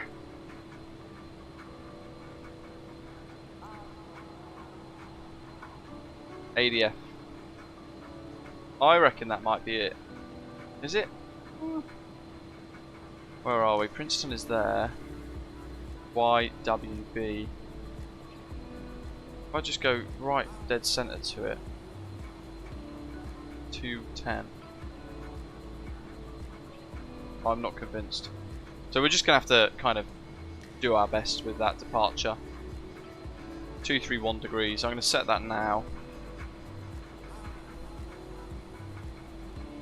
231 for the heading mode.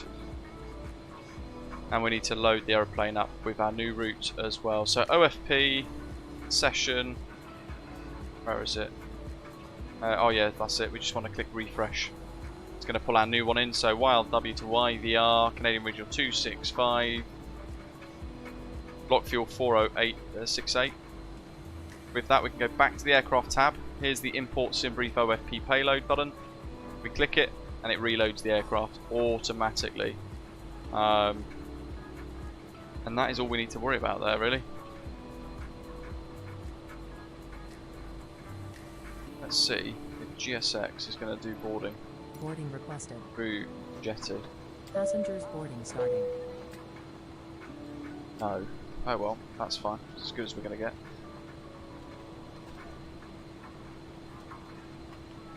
$245.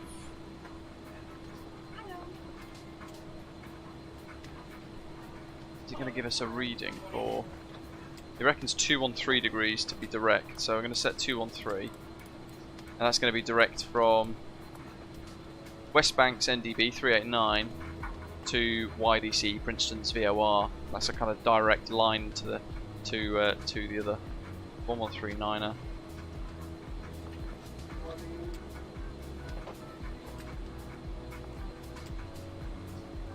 We'll leave that on. We'll explore. We'll see what happens really from that. We'll just have to hand fly and try and be clever with it.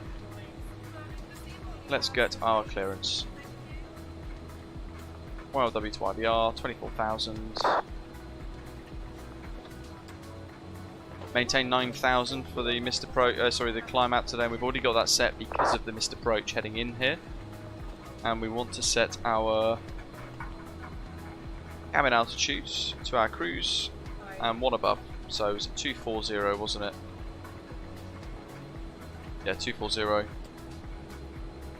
So we'll set 25 in the cabin altitude box. We've got the QNH set as well.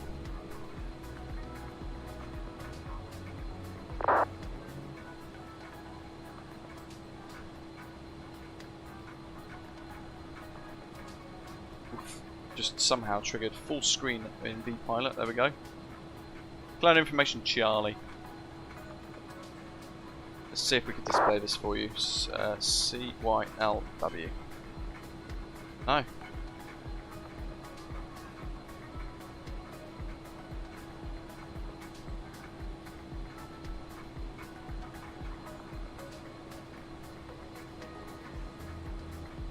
Weird.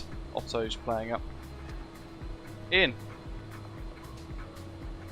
No worries, Brody. Sorry to hear that. Heard your sim lock out on approach, sadly. Hopefully you find the course. Flight Tower, good morning. Canadian Regional 265, stand 8, Fokker F28 1000 with Charlie, request clearance to Vancouver.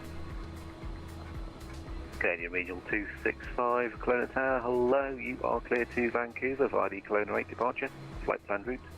Departure runway 16, squawk 5157. Clear Vancouver, Kelowna 8, departure runway 18, squawk 5157, Canadian Regional 265.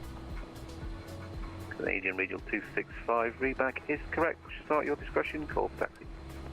Okay. 5, 1, 5, 7. So we've got our Fokker clearance, Squawk 5157. This flies like an absolute Fokker as well.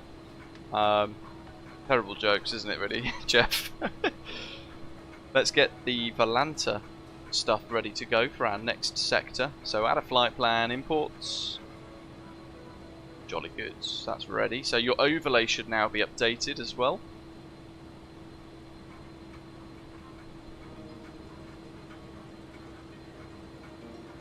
Pre-flight checks, we've already done all of those. Fasten seatbelt signs, they're already on.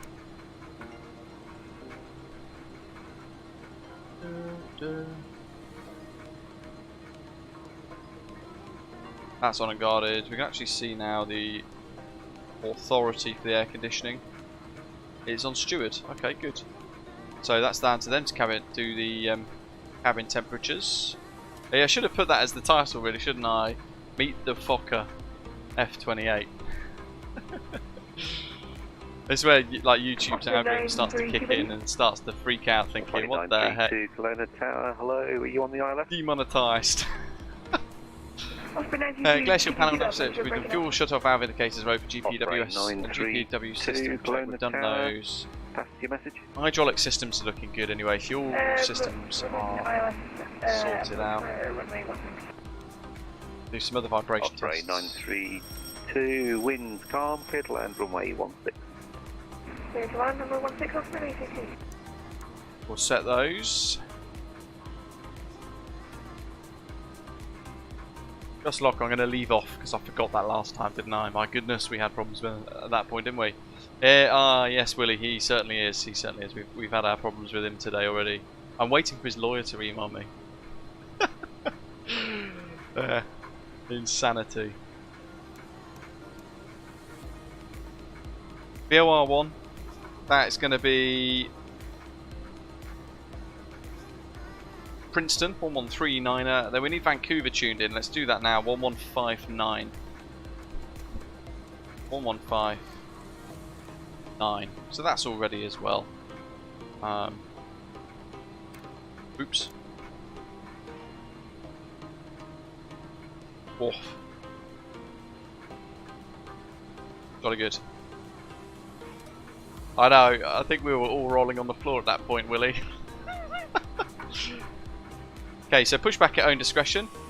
We're going to clear this away. We're still waiting for the baggage loaders to load the final trolley of bags onto the aircraft. It's all good. We've got ground power actually kind of doing its thing. APU is still on though, that's good. We'll check Gen 3. Riding power. External power shown ready, but we don't need it, so let's go aircraft. Get rid of the ground power. Close the passenger doors because we're just waiting on the bags. 8K textures, David Williamson. Not good afternoon, buddy. Mark says, am I planning to do a tutorial series for this like the excellent ATR 72 videos that we've done? Really appreciate the thought that the ATR tutorial videos have been really useful, Mark. Really good to hear as always. Probably not for this one. Now, I said at the very beginning of the stream, probably the best way to learn this, and it doesn't help this channel grow, it doesn't help keep the channel going or anything like that, but the best thing to do with this aircraft is to watch Just Flight's very own tutorials. They're doing a tutorial series very similar to the style that I do, with episodes focusing on various phases of flight, various different elements of the aircraft, and the Just Flight tutorials on their own YouTube channel. That is where I would suggest all of you go and watch and kind of take it all in, absorb it like a sponge, and learn the aircraft that way. That is the best way to learn this airplane because they've coded it, they've built it, and this is where to go and learn it. Really, that's the best place to go. I keep making a lot of mistakes with this, as we had on the first sector, so for me to make a tutorial series for this, I think I would need to wait another couple of months before I kind of get my head around some of the things that I keep doing at breaking it. But yeah, the Just Flight's very own tutorial series for the F28, they're fantastic. Really, really worth going to watch those, folks, 100%. We can't push back now because that United's now begun to push. So we're going to hold position here. United 624 going to Vancouver with us.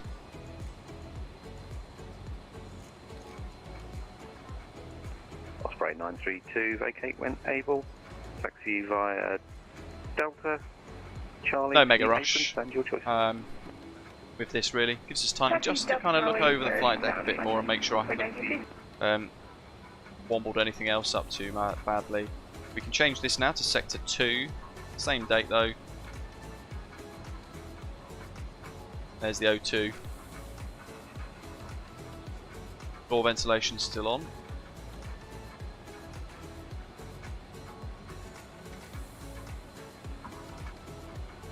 Let's go to, is it aircraft? Flip chart options. If we tick that, I don't really know what that means.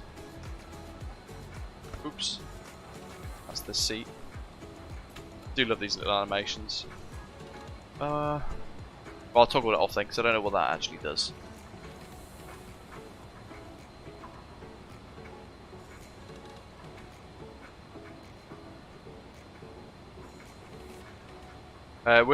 Willie says I feel like this should be a hidden compartment with a dead mouse in it. Oh Jeff, yeah, the payware scenery is pretty meh to be honest. There's a freeware version which looks literally the same. Mark, it's the exact same price. This is the exact same price as the Just Flight 146 Professional pack.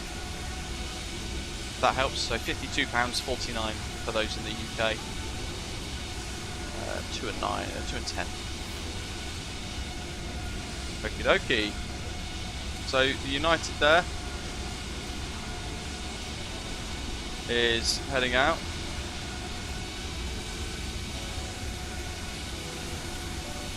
I'm pretty sure Flight Sim Gamer UK, the guy on the side over here, is our guy, Willie. I don't know if you have got more intel on that. Flight Sim Gamer UK. Is that Pilot Tim, aka Behind the Skies? Another content creator, which is ironic because he spends his time trying to ruin everyone else's streams. It's rather unique. Right. GSX. For runway Pepper push back in departure. 2994. Taxi via. Thank you, Willie. Charlie Delta Alpha. Hold short 16. Appreciate it. Have a drink for me. Guinness or gin? Taxi via Charlie Delta Alpha. Hold short runway 16. United 64. Hello, Captain. We are ready for pushback. It does, doesn't it, Ethan's Aviation? Right, so I'm going to have another quick double check of this. What do we got here?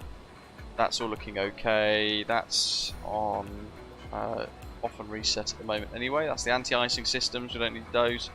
We'll put valve and everything onto automatic. Windshield heat is on low at the minute. We'll leave pitot valve heating off for the time being. Seatbelt signs and lights all set as required. S-bus, DC and AC, both shown good. APU air is on. And the generators are off at the minute. Just keep them off and resets prior to engine start. Hydraulic systems are all on, but showing kind of off at the minute, if that makes sense, because they're not properly pressurized. And all the lights that we've got on at the moment show as expected. Booster pumps are now on. TTO mode is set to takeoff. Daniel, no worries, buddy. Hope the dentist goes okay. Close aft car going forward. Look at that. Forgot to do that. Well done, GSX. Phasing nose right north on Echo, so that's the one we want. Release parking brakes, please. Hello, Jace. Great to have you with us today. Welcome. Release parking brakes, please. So clear left and right. United's out of the way. Park brake is released now. Release parking brakes, please. Have I still got the chocks on? Yes. Oops. Release parking brakes, please. Commencing push. That would help, wouldn't it? Start at will.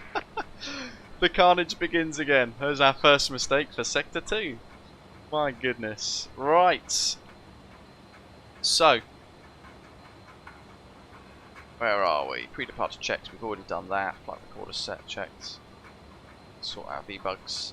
Clear for start. Anti-collision lights on. Throttle levers are on, both in idle. HP fuel valve levers on. Shut booster pumps on. Start master switch on. Engine 2, start select mode. Start valve illuminated. Packs have just gone off, and we're watching HP RPM. Already at 15, so we'll pop that on.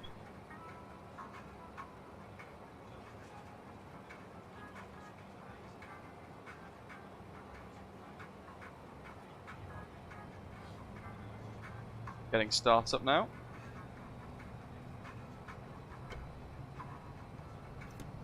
And fuel valve open.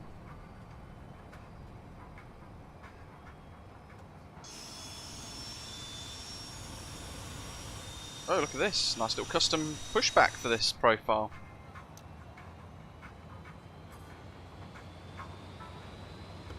Start one. Start valve open. Air conditioning packs automatically close. Round we go.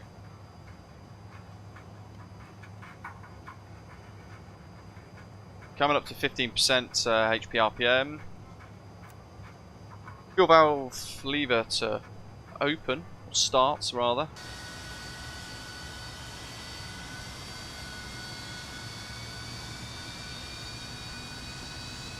Here we go.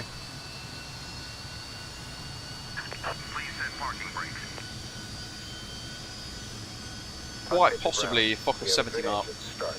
Keep it disconnected.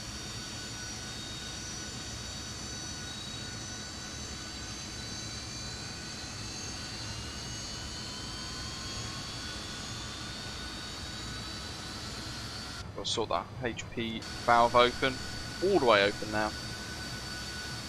Make sure fuel flow's good. I know, it makes a Boeing 737 seem advanced, doesn't it, Jeff? Crazy. Right, this is going to be a busy departure, folks. Probably no wing views for the initial phase of takeoff either. Right, so that's all good. They're all set. Central warning and caution systems. All the lights are out. HP fuel levers are both open. Fuel pressure lights are out. Start valve and igniter lights are all out. Start master switch can go off. Generator lights. These pop Gen 1 and 2 on. AC loads have both now shown a power output. Gen 1 off and reset. APUS switch off. Air conditioning main switches, going to reset them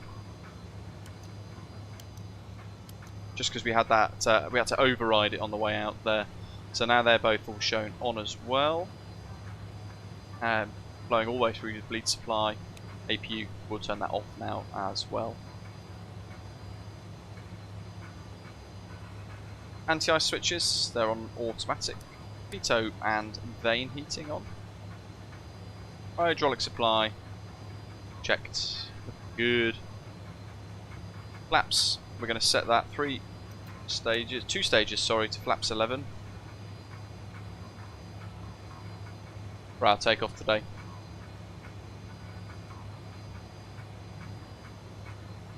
Where am I on the checks? Flight control lights, electrical pump switches off and guard closed. Let's do some flight control checks now. Fully right on the stick.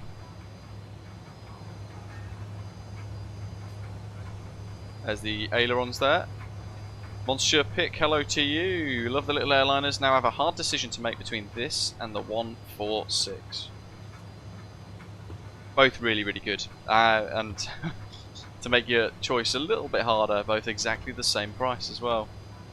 There's that kind of conjoined nose wheel steering. Look, you can decouple it. So if you have a tiller or something like that in the sim, you can actually decouple that from the rudder pedals, but I don't.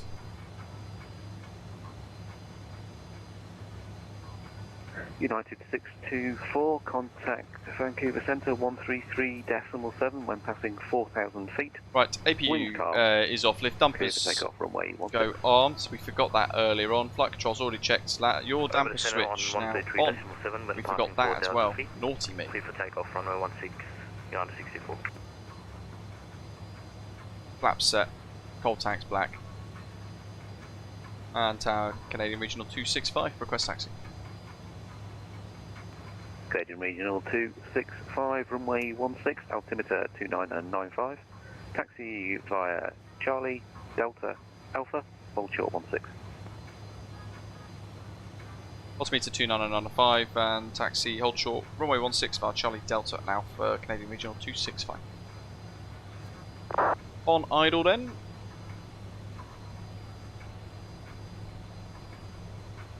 Yeah, don't forget folks, you can watch this in 2K 60 frames per second if you've got the internet, which is pretty cool. You've got the internet power for the stream output at that speed and quality level.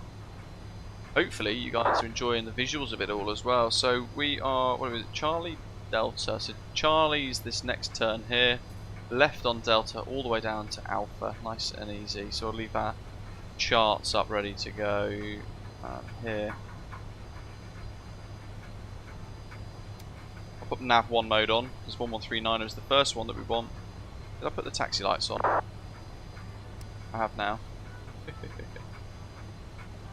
Monster Pick says, recently had a tour of the Queen's flight at RF Duxford, or Duxford Airfield rather. Highly recommended, very nice.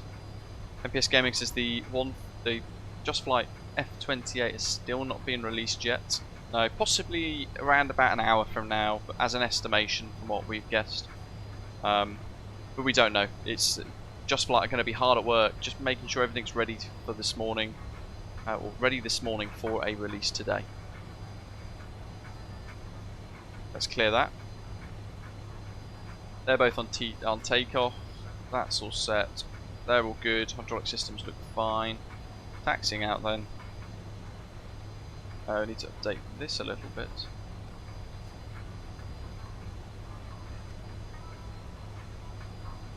One 1014, 29995. There's a couple of statics there. At Kelowna in the scenery.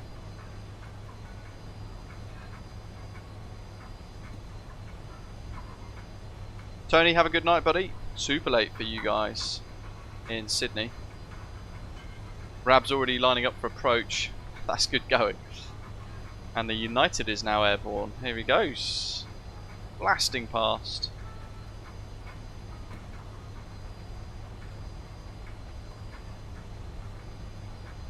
Old school livery.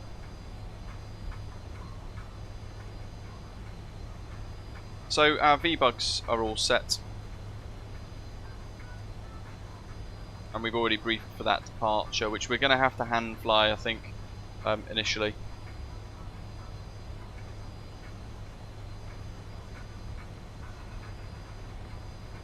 Although we say that, I think, quite possibly... Canadian Regional 265, line up and wait, runway 16, bar Alpha. Bar Alpha, line up and wait, runway 16, Canadian Regional 265. We might have the ADF actually working now, so I'm hoping we do. 210, although that might be the Princeton VOR, it could be either really. Not sure. Not sure how to get it to kind of read these NDBs. That's something I need to learn. Alpha is coming up, so I'm going to be quick here. Oops, I forgot the anti-collision lights, my goodness. Strobes on. Extend, we'll turn on the landing lights, so we'll extend those as well.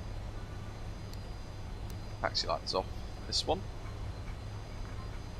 And Vancouver Centre is 1337.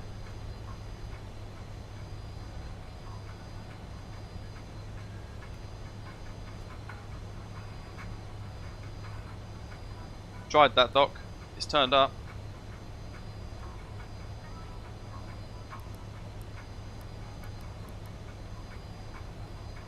think I'm just trying to, maybe I've got it set slightly wrong. That's to learn another time, I think.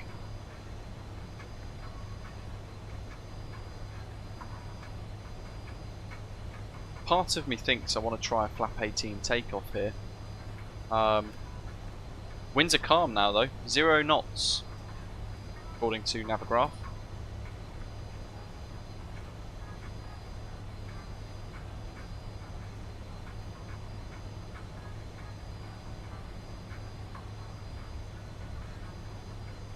Okay. Come through, please take your seats with you. Make sure that is all armed.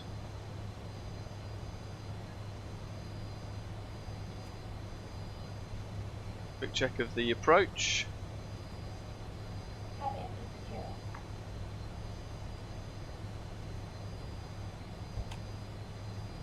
There we go, righty Toby eye tracker. Really struggle with that.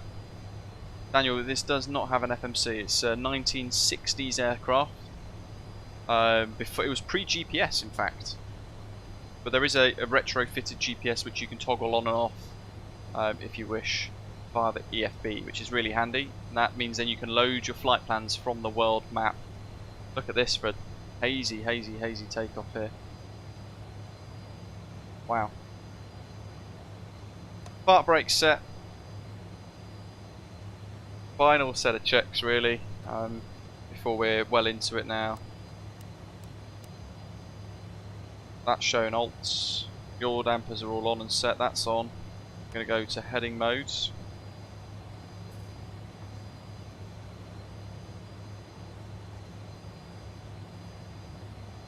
Lift damper is ready.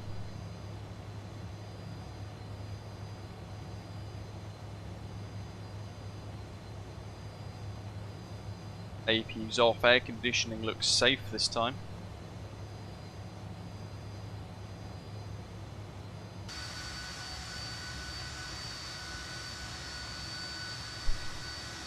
And sector 202 then, about to kick off.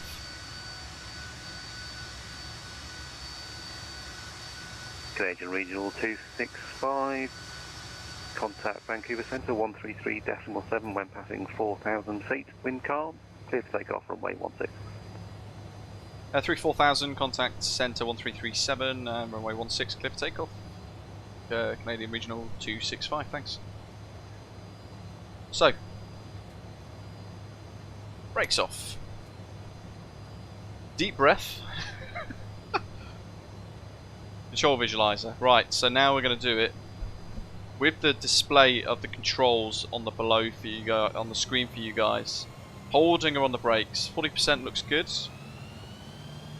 Still holding on the brakes. We want thrust set before we release.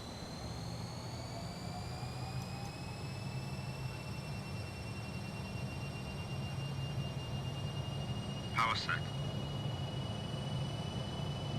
Brakes off. That's the detent now. Here we go.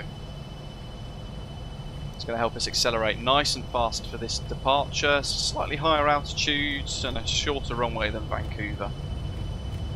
Always ready to abort. Speed's good.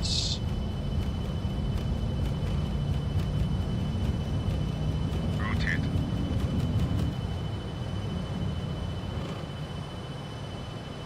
There's the terrain. Gear up.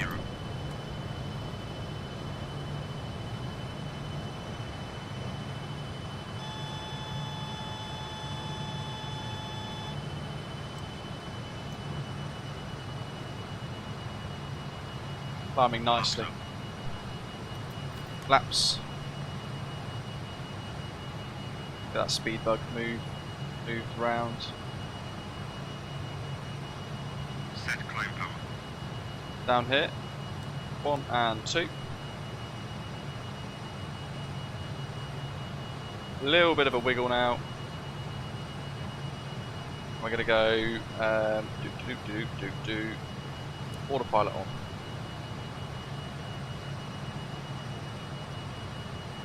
Keeping it in pitch and roll mode for now. In fact, let's go to IAS mode because we can then hold a climb at 200 knots. So look how nice and smooth the airborne is now. The autopilot is now. We don't have that runaway trim issue that we had last time. So they fixed that in preparation for the release today. Made some really good tweaks to it. 5,000.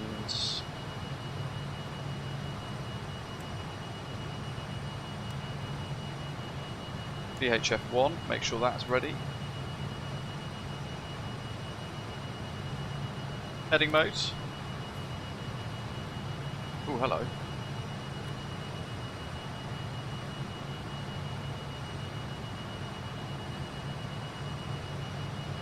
There we go, that's better.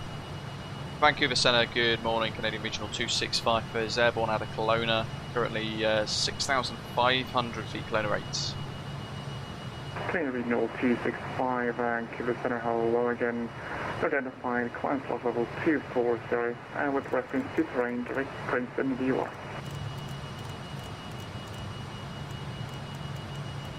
Climb flight level 240, and was that the direct Princeton, sorry, Canadian Regional 265? Canadian Regional 265, that's with reference to terrain, direct Princeton. We'll go reference terrain and direct to Princeton, Canadian Regional 265.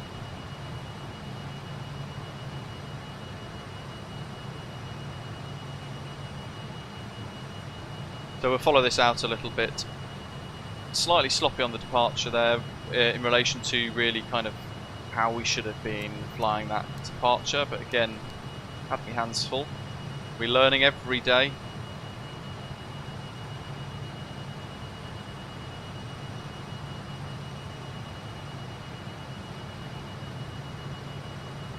Flaps are up. We are blasting away. There we go. Look at that valley. Absolutely stunning. That's where we've just departed out of.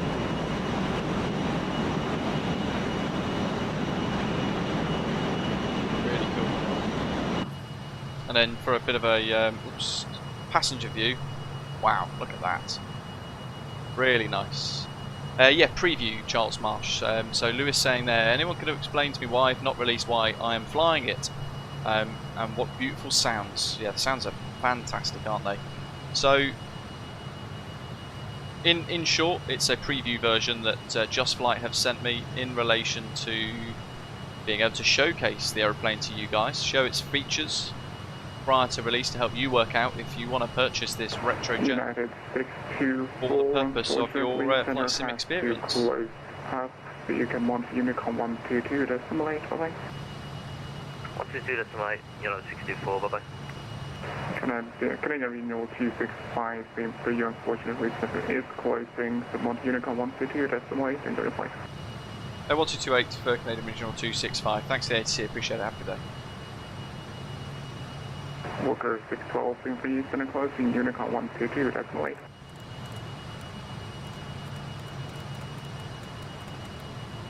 Rightio, so yeah, hit like and subscribe down below. Certainly if you're new to the channel, really great if you jump on board with us today. Flying heading mode at the moment. Let's now go to, where are we? Let's go to,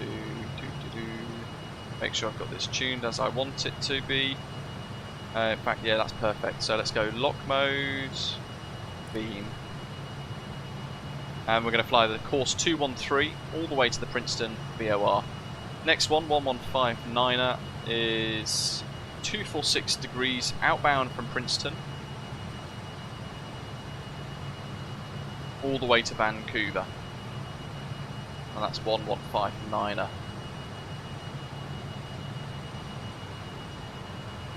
Two, 4, 6.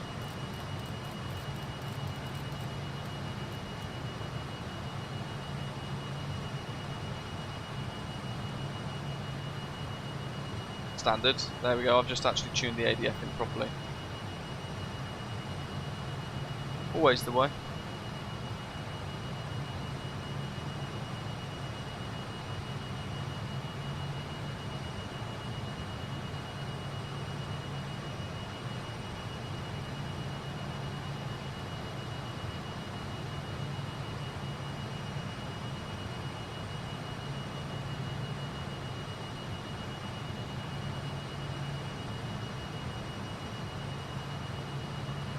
Above 1,000 and climbing. So pressure, altitude looks good. Pressurization system's looking fine this time. We had to use the override on the way out because I mucked it up a little bit.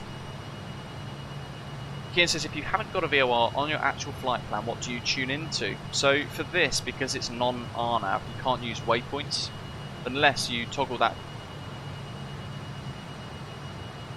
GPS navigation mode on there, and then you get the little GNS 530 radio position radio module there added into the aircraft. But we're not using that today because we're keeping it raw.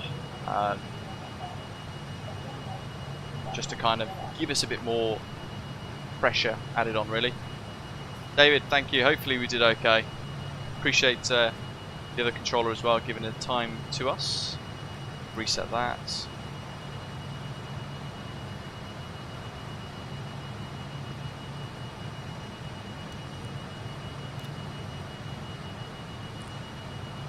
Just recycle into speed mode there because it seems to have dropped out a little bit. 250 for climb should be nice and sufficient.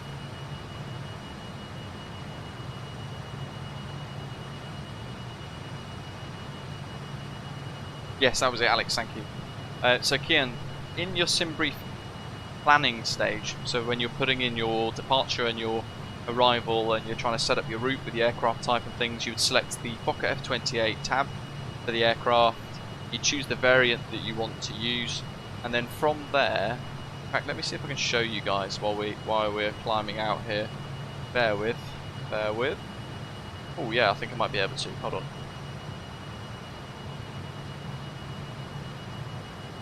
What have we got? MS Edge. Lovely jubbly. So, sim brief. Hopefully you can see enough of the screen anyway. If we go to dispatch system now, JustFlight have already released a new flight, a new profile for it. So CYLW to CYVR, like we've done today.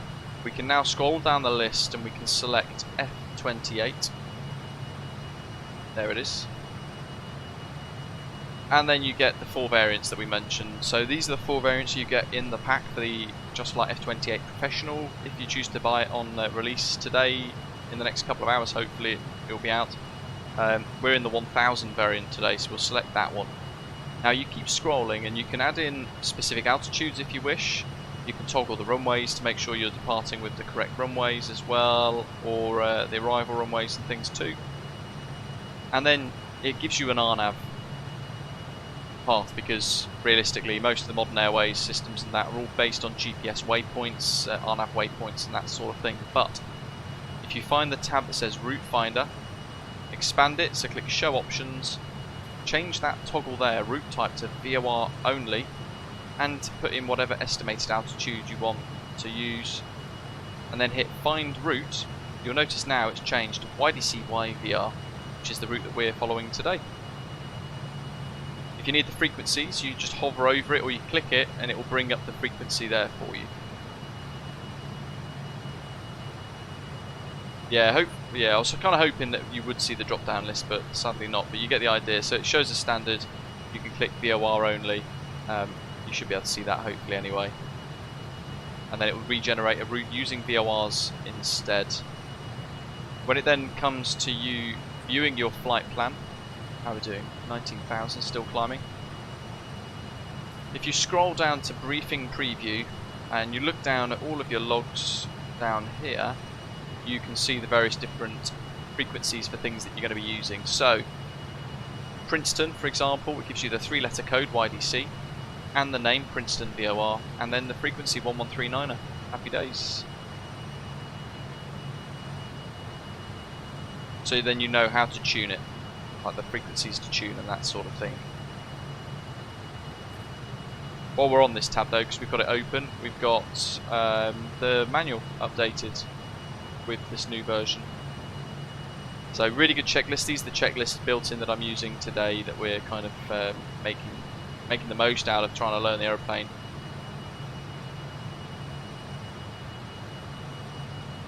The only thing we haven't done with the after takeoff checks is turn the seatbelt signs off. And for the first time today, we're about to enter a little bit of cloud, so we're going to keep an eye on these amber lights. So this ice detection light here could come on, indicating that ice is forming on the wings or in the engines. We'll have to watch for that. 4 miles to Princeton, I think this is. So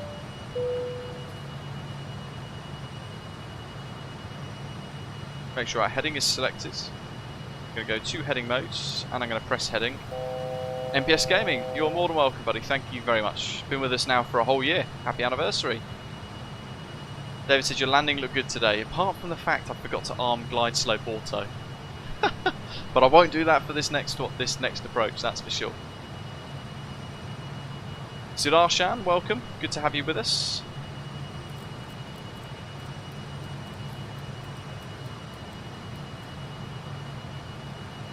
(246) beam. Oh, he's blown it. There we go. I've blown the turn. That's fine. Let's head about westerly, kind of 300 degrees or so, roughly there. 1 to go, 500 to go, in fact.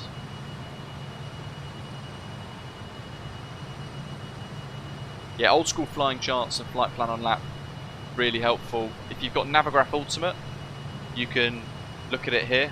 So you can get your frequencies, 389er, it gives you your leg distance and your track to the next waypoint as well, in which case it's the Princeton VOR, which we've overshot a little bit.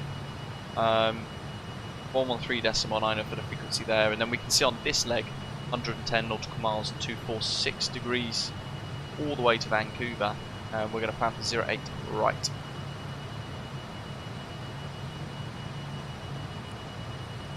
All the Vancouver arrivals here don't really help us because, well, yeah, they just don't help us. So we're flying direct to Vancouver instead, while the aeroplane's doing some wonky stuff. ILS 08 right via the Vancouver transition, and it's going to look a little bit like this. So Vancouver VOR 115.9er. 297 degrees down to 3,000 feet to Tavpi, where we then fly a back course. So we'll go against the ILS and fly away from the airport instead. About 267 degrees, I think that is. So I'll have to work it out. Out to that point there. Where is it? 10 miles from Tavpi. Happy days. At 10 miles we're going to go out 218 degrees, count 1 minute, and then at 1 minute we're going to turn in 038 to then come back towards the ILS and intercept the ILS for the approach at 3,000 feet. So that's what it's going to look like. Going to be interesting actually. I'm not sure how well I'm going to pull this off, to be fair. Missed approach for this approach, climb to 4, oops, stand by. Sorting out the throttle here. Almost about to overspeed. My God. That's a little bit better. Just keep an eye on that, let it settle at that power output, about 80%. Missed approach is climb to 420 feet, heading 083, and then a climbing right turn to 2,000 feet, heading 113 degrees. Then right turn direct back to the Vancouver VOR shuttle climb at Vancouver to 5,400 before proceeding on course. Cams pilot, hello to you, Martin from JustFlight. Welcome, welcome. Great job, really enjoyable. Very immersive, very busy experience as well. Lots to learn. Nice package that you guys have created for sure.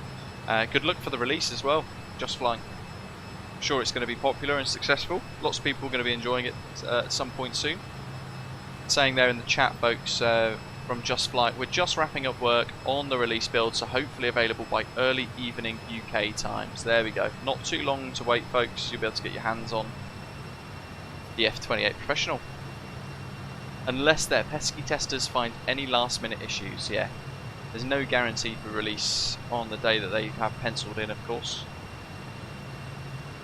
It is software development. Anything could happen. Something could come up really last minute. MBS Gaming, they're asking, is there any news on the release of the F100s? Probably a few months away yet. To be fair, quite a few months maybe. Cam's Pilot, they're saying 3 to 4 months of core system coding left to do on the Fokker 100, so maybe by the end of the year. Yes, anything this side of 6 months would be a bonus. That would be great fun. Based on my experience of this so far, I've done 3-4 flights in it in total, roughly. 2 of them live. Really, really good fun. And if this is anything to go by, the F70 and the F100 are going to be insanely good as well. So a 240 for the cruise, nice and level. Make sure that heading bug is reset now. Flying away from Princeton towards Vancouver. We're to look at Valanta now for our routing. That was our departure. Over to YWB. Actually doesn't look too bad, does it? Having kind of hand flown and then used the heading mode to replicate that. And then out to Princeton, where we overshot the VOR a little bit. That's my fault, chatting away, getting sidetracked. But then it's got itself back on that course quite nicely, headed towards Vancouver. As always, our screenshots will go into Discord. They go on to Valanta as well as we're tracking our flight. And then I'll pick a few for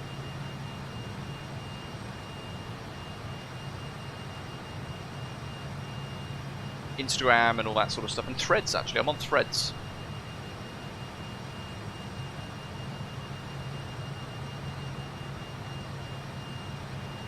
I think we can get a bit more power out of this. Can't wait.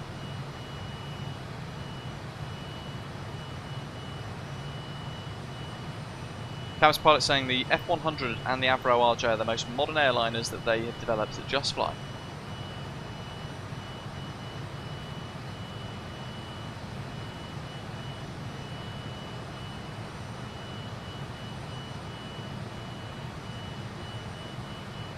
Let's leave that on. We want to go. What are we tuning at the moment? Andy says, "What is Threads?" It is like it's Instagram's kind of version of Twitter, effectively. Certainly very busy, Cam's Pilot, 100%. With this, I've spoken about it a lot in the CRJ before, folks, the Aerosoft CRJ, where you've got to think maybe 10 minutes ahead of the aeroplane. With this, you've got to be thinking like 15 minutes ahead of the aeroplane, 20 minutes ahead of the aeroplane. Where and what do I want the aeroplane to be and doing in about 20 minutes from now? That's what we've kind of got to be thinking with it. Gives us a fair bit of work to do. 1159er is tuned to nav 2 at the moment.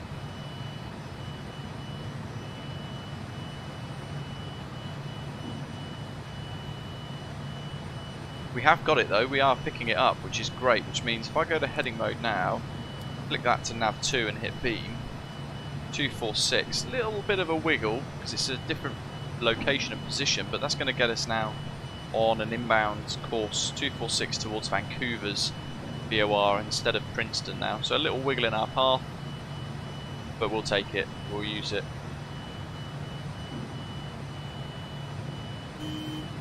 Oh my goodness. Speed, speed, speed. No auto thrust in this, folks. Got to do a bit of work maintaining that speed. Trying not to do what I've just done with overspeed in the aeroplane either.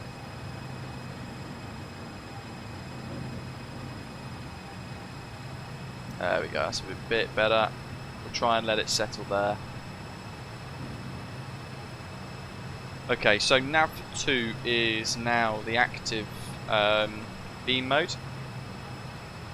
From Vancouver then, we wanted to go 297 degrees. So I'm going to write this down, because there's no point me trying to tuning anything yet. So YVR 297 degrees to TAVP, and that's 6.3 DME. So instead of writing TAVP, because that's irrelevant to me, because I don't have any waypoints in this, I'm going to have Vancouver 297 degrees to 6.3 IVR. And that's that waypoint there.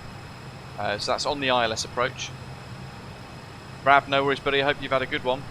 Oh, my speed control today, folks, is leaves a bit to be desired, doesn't it? Let's go 80% HP RPM, just see what happens with the speed there. From there, we're going to head out 263 degrees. So 6.3 IVR, little arrow 263 to 10 DME.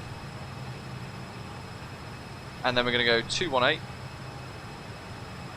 So at 10, 218, 3,000 feet, 1 minute. Then a right turn, 038. Then ILS 083, course 1095. Writing all this down in kind of like a note form so that I can revert to the charts as I want, but I've got it. If I look down on my notes, I can kind of react to what I've written down as well, effectively. Airport elevation of 13, so we'll set our lowest cabin pressure, altitude. Nav 1 I can then tune to 1095. Like so, for the ILS. Cam's pilot from Just Flight saying the RJ should be later this year too. Lots of people looking forward to that, it's going to be great fun. Got stuck in the queue behind our F28 fellowship and our UNS-1 FMS work. How's the UNS-1 going? I know a lot of people asking about that, of course, as well previously. Ever curious. Cam's pilot there saying that no direct real-world experience with these classic airliners in the Just Flight team, but we recruit ex-pilots, engineers, etc. in order to then obviously help build these aeroplanes for a good sim experience. Ian says flying the Fokker is literally like flying the Circle to Land at Innsbruck constantly, just a load of chart staring and heading modes. It's an odd way to describe it, but actually probably not really far off that level of comparison with difficulty, I guess. You can't take your eye off very much on this aeroplane. So, A320, you go climb mode, happy days, there we go, and then you just enjoy the views. You get elements of time in the cruise where you can kind of drop into the cabin and enjoy the views from here. Really, really nice. But in your mind, you're always thinking, oh, what's the aeroplane doing? What's the aeroplane doing? What's my speed doing? How's our VOR tracking? All of that sort of stuff. Have I tuned the next frequency? Have I briefed for the next bit? Have I got my altitude set right? It's a busy experience.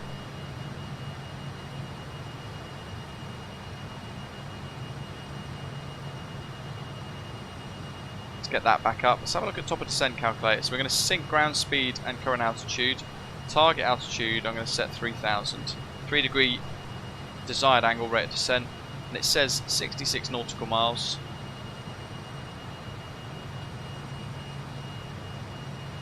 And it's given us a desired vertical speed there.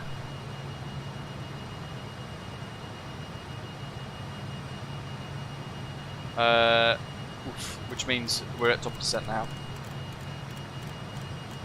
Crikey.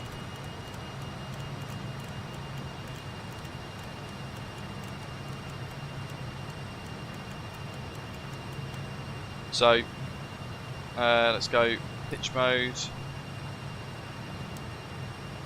Pitch down. Let the aeroplane settle. 1,000 foot per minute at the moment. If we idle the throttle, that might just increase a little bit more. 1,500 foot per minute. Let's keep it going. 2,000, isn't it? 2,029. So actually, we're a little bit above. We'll see how we go with that. We're going to get the UC horn. There it is. Silence it with a button.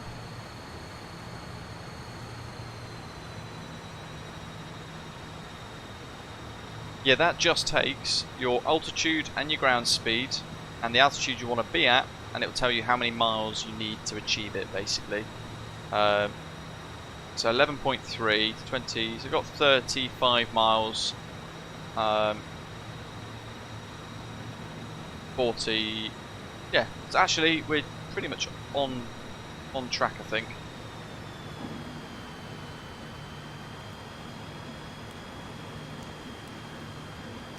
Oops, wrong way. Sort that out.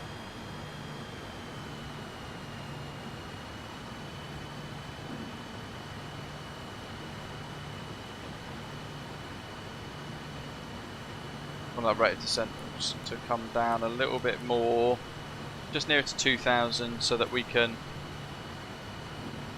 handle this as smooth as possible. 2000-ish foot per minute, and we can try and bring our speed down a little bit as well. They do say in the live chat that they want, realistically, sorry, in the manual, they want you to actually make use of the clamshell spoiler at the back to help reduce your speed, descent and that sort of thing. They don't really want you reducing thrust too much here.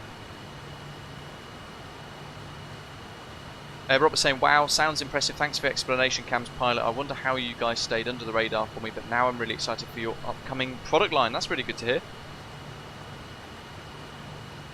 And the RJ should be before the Fokker 100.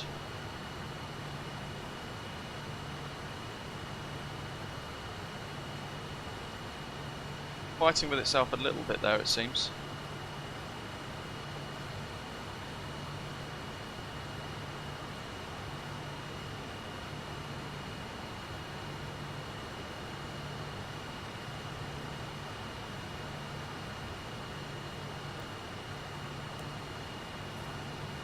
Right, so we're a little high here. We've got 10 miles to the Vancouver VOR now, which is only kind of where this this little land mass here is. There's the airport, so we're actually really high. So what I'm going to do is I'm just going to lose a little bit of altitude by hand flying a hold. So we're going to go heading mode.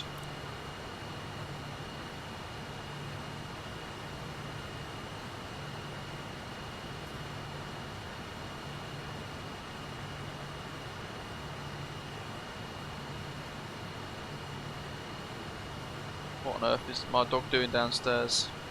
Oh, he's just trying to get comfy, bless him. You can hear he's got one of those little cone of shames on, bashing that around a little bit while he moves, bless him, trying to get comfy. He's only allowed to sleep on one side now. Seatbelt signs on. Major Oring, hello to you. 4 miles. We're going to go outbound with a right turn 077 for 1 minute. There's the clock.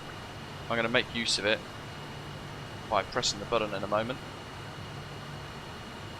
We're going to go out 077 degrees. 13,000. You know what I forgot to do as well again.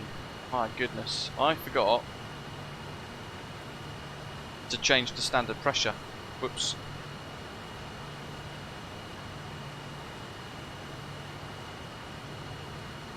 What's the equivalent? 1016. There we go, that's as good as that's going to get. Now, heading mode is active, round 077.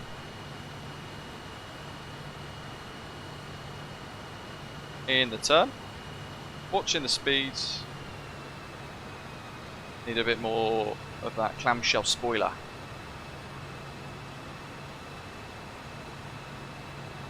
As we're turning,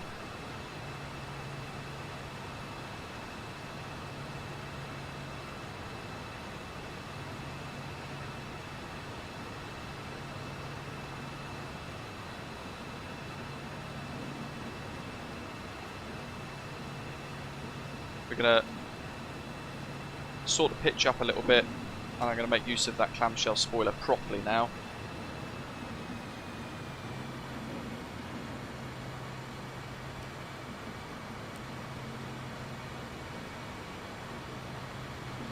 Vulcan Q3, yes please, David says.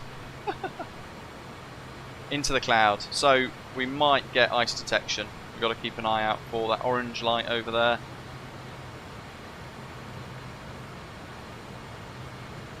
My goodness.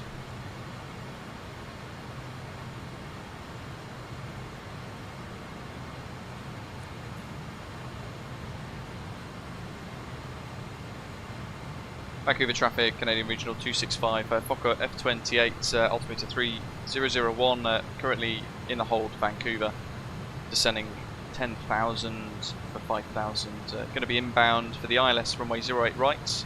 We'll report leaving Vancouver for TAP P6.3. Vancouver traffic.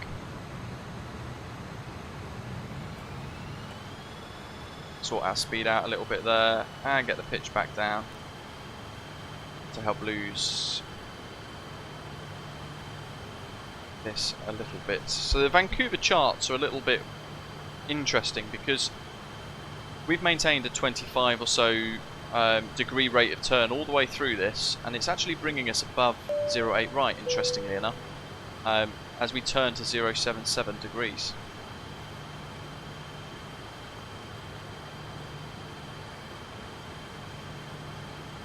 So we're going to keep it coming. We're in heading mode still, we're in pitch mode, speed's looking okay. Just going to bring that pitch down a bit more to help us. Eric, welcome on board, thanks for subscribing. The dog is a co-pilot, that's awesome, Adam says. He's been through a lot, bless him. Do I have a pilot's license, non-sim pilot I mean? No, I don't. I ran out of money. I was trying to become, or get my private pilot's license. Alas, that didn't work out. So, where's the clock? 1 minute. Start the clock.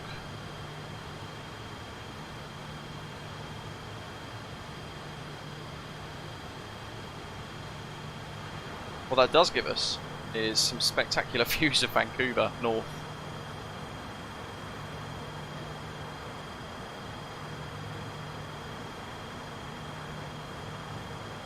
Exactly, Ron. As we were saying, you've got to be about 20 minutes ahead of the aeroplane, and while I was chatting away, I ended up only being about 10 minutes ahead of the aircraft. So now we're playing catch up, and that's where things start to run away from us, and we are under a little bit of pressure now to kind of try and get back on track. So if in doubt, kind of just set up for a hold and settle in, really. Look at that.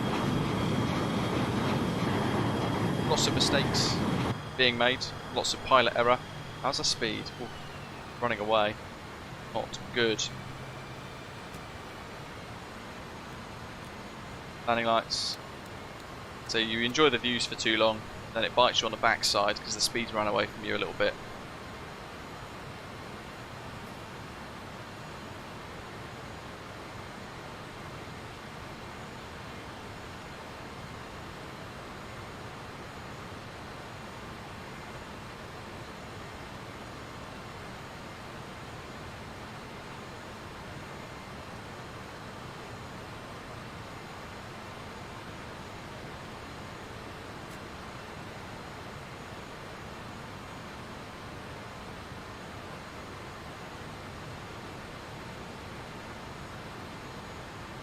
So we're going to be outbound from the VOR 297 degrees through 5,400. Going to bring the pitch down a bit now, or the pitch up, sorry, so that we descending at a slightly gentler rate.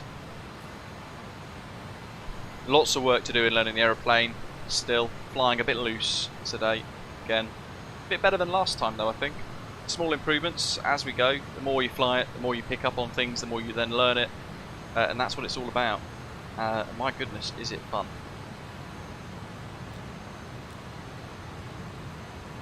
Actually, that was quite nice where it settled.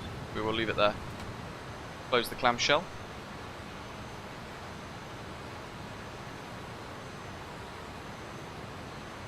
Two, 4, 5, 7. There we go, that's set for the heading. Looking good. So, 1095. For the ILS, we want to make sure the course is set to 083. We then need to make sure we've replicated that on the other one as well once we get there. 4,900 feet. QNH is set. I'm going to arm those now because otherwise I'll forget. TTC modes are on takeoff. Seatbelt signs are all set. Lights and signs is required, and that's the crew call for seats. We'll wait for cabin secure. About 10 minutes to landing. 180 knots at the moment. Just add a bit of power in. That's cabin secure from the crew. 180 knots is quite nice actually. Now we'll just try and manage the energy between 180 and 200. Gently working through this descent here. 5 miles to the Vancouver VOR. We're on heading mode still. RGD saying, is it out for the UK yet? Not yet. It's not out for anybody yet. They're working on a few little final bits, getting it all packaged up nicely, ready for release. Expected in the next couple of hours. They've said it will be at some point this evening, UK time. They're very exciting. Hopefully you guys are looking forward to it. If you're going to be buying it immediately, I'm interested to know where you're going to be taking it on your first flights. So do let me know.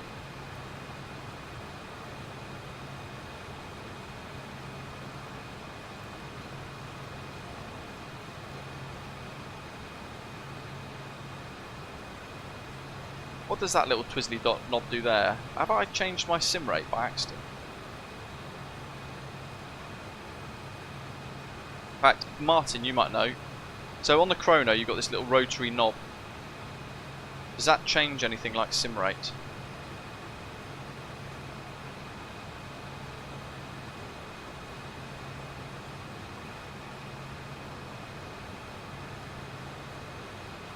Two, 4, 6, 2, 9, 7.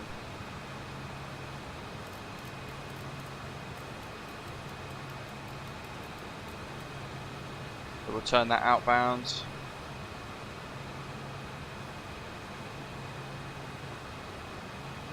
Yeah, keep it away from VATSIM busy events. Certainly with VATSIM as well, try and learn the aircraft as best as you can before you take it on the network. Vancouver traffic, Canadian Regional 265 is outbound from the hold at Vancouver for the ILS approach. We'll report turning to establish 08 right ILS Vancouver traffic. 1 above, 1 to go.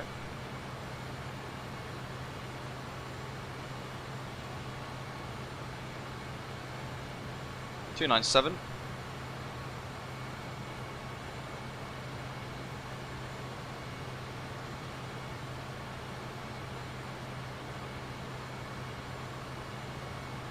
Flick that across now to nav1. We're getting the readings 3.8. We're waiting for 6.3. And at that point, we're going to be heading outbound 263 degrees to 10 miles before timing a 1 minute outbound leg for this kind of procedural ILS turn at the end there. So we're going to be flying above the ILS, above any inbound traffic, about 1,000 foot below us likely.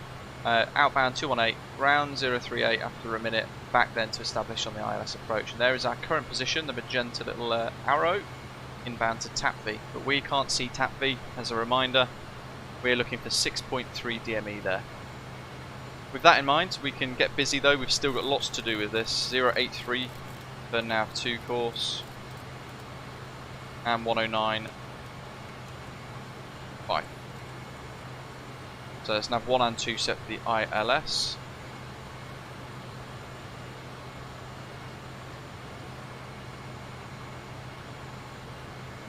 Have I forgotten anything else? Let's have a quick look here. So fasten seatbelt signs on, pressurization switches are set, TTC switches on, takeoff, landing at data checked. We'll have to set bugs in a moment for the arrival bits. No smoking, switches on.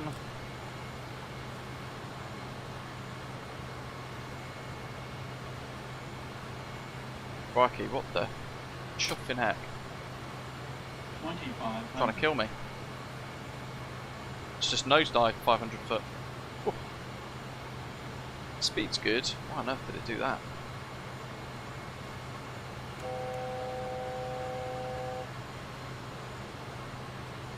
Flaps 11.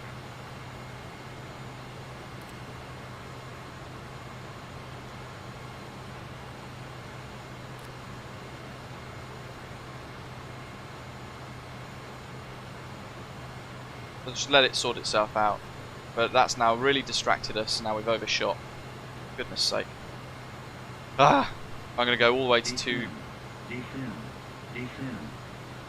The chuffing heck.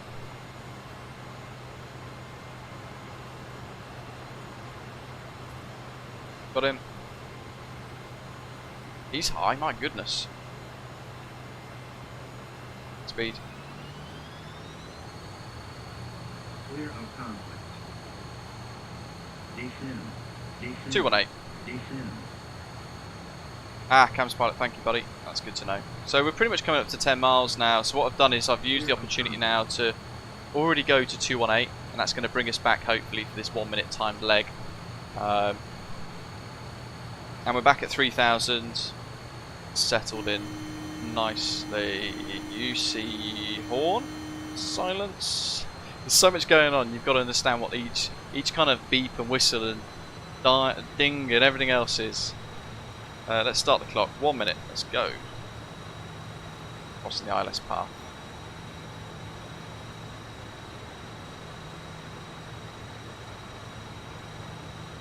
Zero 03, 03, 1095, 1095.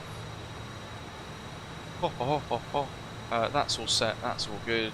We're going to be then right turn 038.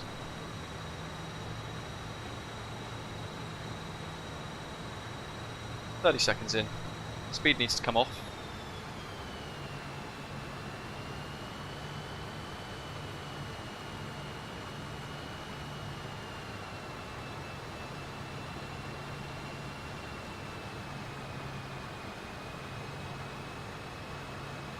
Spoilers are armed.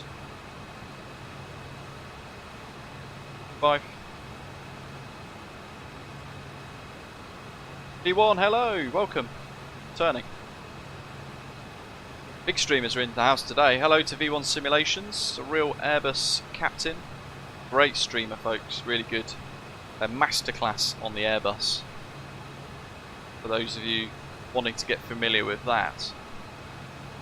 Yeah, really pleased to see you here with V1 Simulations. Thank you very much for tuning in. Hopefully, I'm doing a little bit better than last time. I am doing a bit better than last time. I'm still letting the aeroplane get ahead of me a little bit though, but we are working it out nicely. So 038. That's still a 50-degree intercept for the ILS. So we'll get a little closer, and then we'll work in a little bit more. With this, but that's all set, that's all looking good. We've briefed for the missed approach, we've got no warning lights and signs, we're managing the speed a little bit more effectively now, that's good. It is climbing a tad, so I might use pitch mode here to kind of dump it off a little bit. It's like it's trying to kind of fight itself.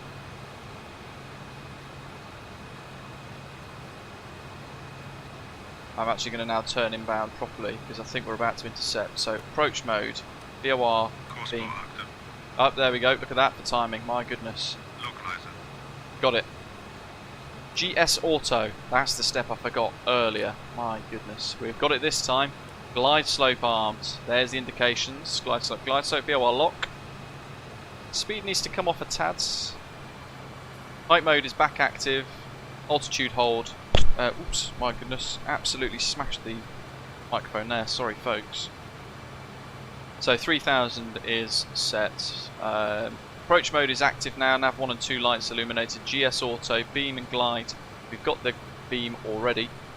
Vancouver traffic, Canadian Regional 265, altimeter 3001, 12 DME established, ILS runway 08 right, we'll report 6 DME. Vancouver traffic.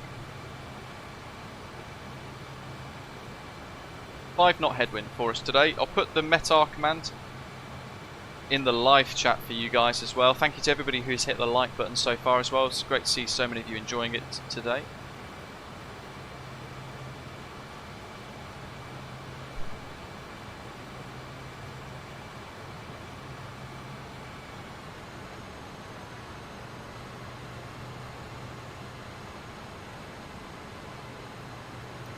One notch of flaps. Right slow.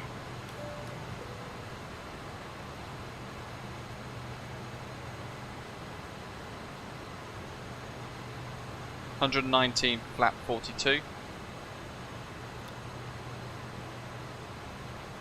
Speed's good. We'll leave it to come, or we'll let it come down a little bit more. We're at 9 miles now. We're just aiming for 160 to keep it easier. Absolutely. Yeah, so we mucked up the approach a little bit earlier on. So what we did in reference to that was just take over and hand fly. Interesting. Doing it again. Autopilot off. My controls. It's not wanting to fly the glide slope, is it, folks, today? My goodness. Yaw dampers on. Nav 1 and 2 are both on. And ILS modes are active. Glide slope auto. No bother. We hand fly manually. So looking at course indicator and that glide path indicator there to help us with the ILS. My goodness. Too much multitasking going on for me now. We've got time, 6 miles, to get on this nice and early. Speed's good for gear down. Let's get it down. Get some drag on the aeroplane. If in doubt, we'll go around.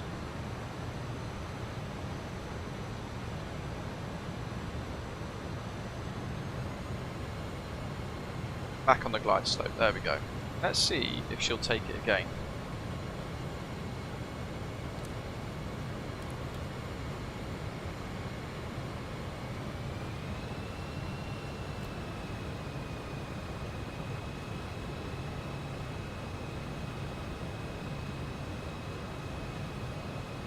No, it's not having it.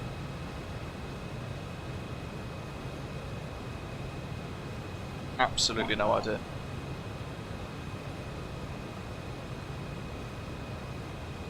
Gear down 3 green. We'll extend the flaps a bit more. Push the power.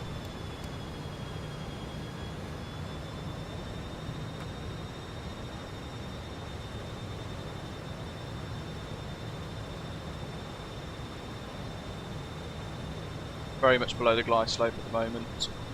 We've got time, just about.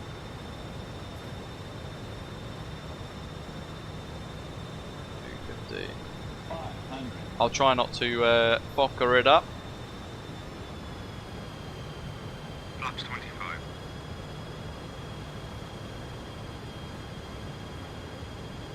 Yeah, we're on 1228. 100 feet to minimum.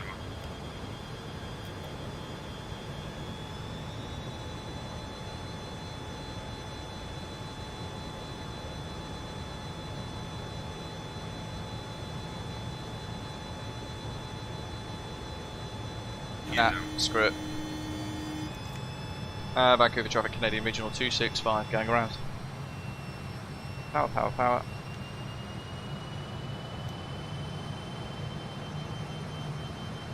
Okay, missed approach. Through 420, climbing right turn to 2,000 feet, heading 113. We'll hand fly this to begin with. 113.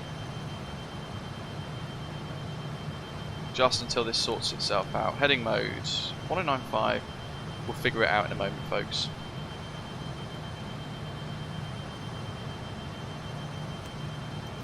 Get the flaps up. Bring the rings level. Nice and gently. Make sure we've got the airplane as trimmed as possible here for this.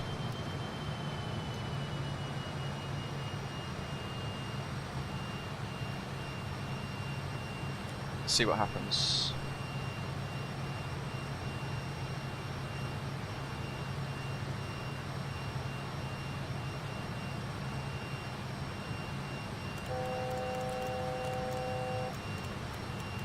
$5,400.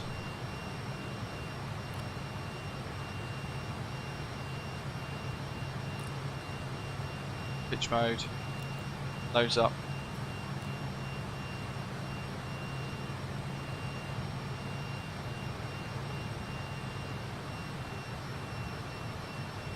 Fair levelling off already.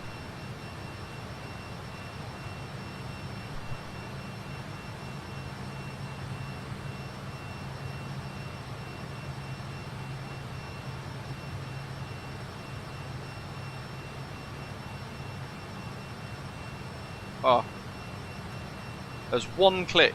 I was on 1228.05. Vancouver traffic, Canadian Regional 265, radio check.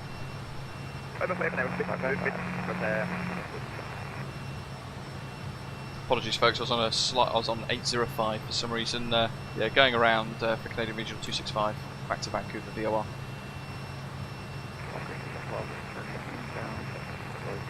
RNS 8 left. 1159.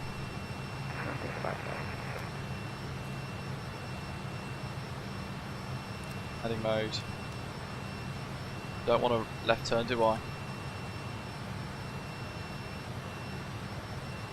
Yeah, I mean, there's no rush to release Pate, is there?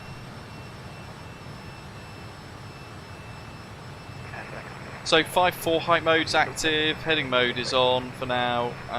Let's try and get ourselves back in the game. Not sure about that go around, to be honest, because that was the first time I've done one. Hopefully it looked okay. We're there anyway. Flaps are back up, speed brakes up, gears up, no lights. Have an announcement for why we went around, no doubt. For all the scared people. Tango, what's your airspeed? Currently into 2177 now. With our VREF is, our VF is currently 129. Vancouver VOR's just down there, turning back onto it. What would you prefer to do?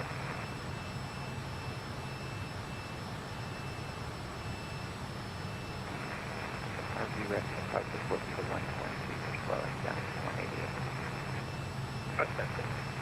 I'll keep the 160 in head.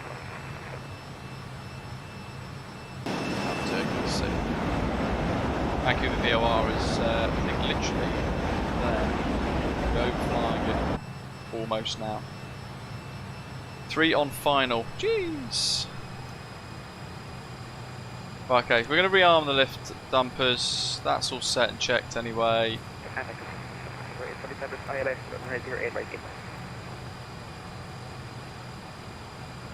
1095. 083 course. Oh, absolutely. I can quite imagine, Pate. Gonna get rid of the UC horn a moment. Let me just turn first. Aviate, navigate, communicate. 297. Like so.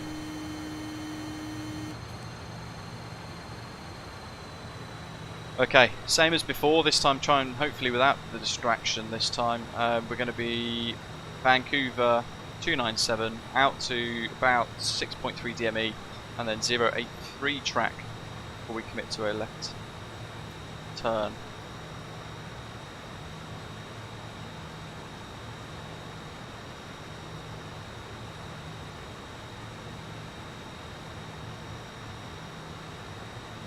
There's traffic there ahead of us, flying inbounds. That's fine. We can see them. 25 miles, point speed 130.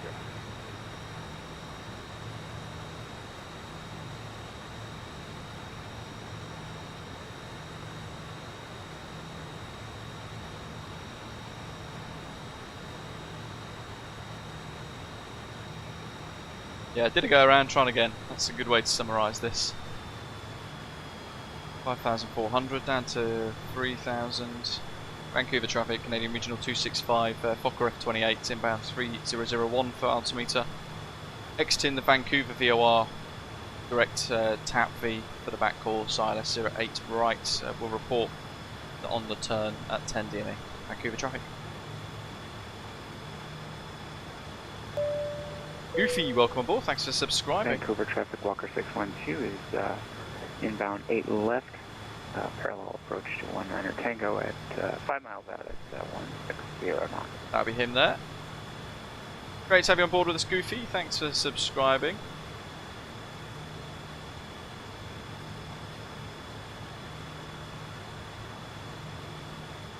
What could we have missed to cause that ILS discrepancy?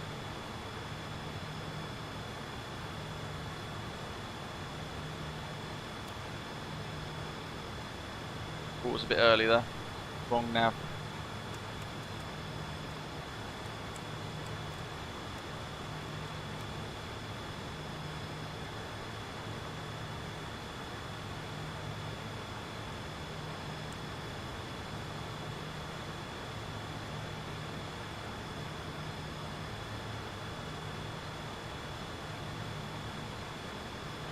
go back to 297 here. Otherwise, we're going to keep this. We'll fly sloppy otherwise. Speed still up. We want to head down to 3. 3000. That is good. Pitch mode. Pitch down.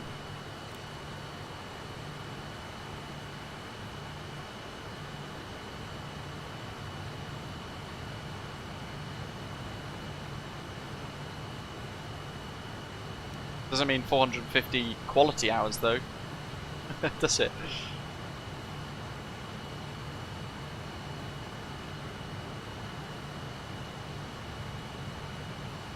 What are we in? So we're in heading mode at the moment.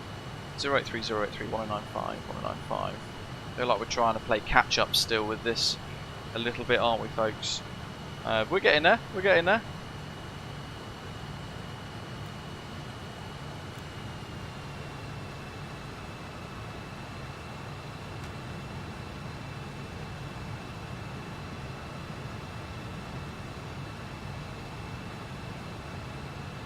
Start the turn now, I think, because otherwise it's going to get messy again.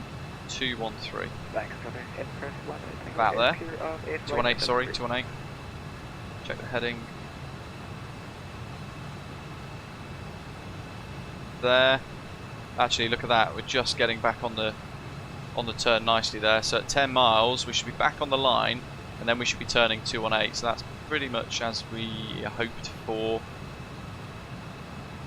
180 for the speeds, we'll keep that as it is. We'll get rid of the speed brake for now. 1 to go. Bring the pitch up a little bit.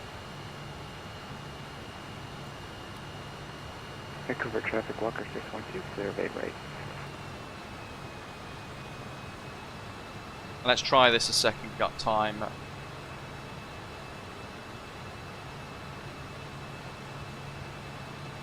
So we have got the ILS tuned. We're going to turn back in and we're going to do the same again. So VOR lock mode to establish, then glide slope auto for the glide slope at 2 dots. Or is it 1 dot? I forget which. We're below anyway, so it shouldn't really be an issue. Flight mode has gone active at 3. I think we've got about 30 seconds to go for the turn really. Once we've got up to date with this.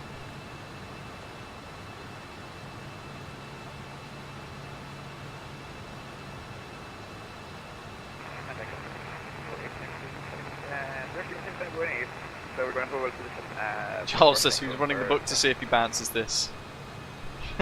Hey, my landing in Kelowna was pretty nice actually. I'll give you that. I'll have you know.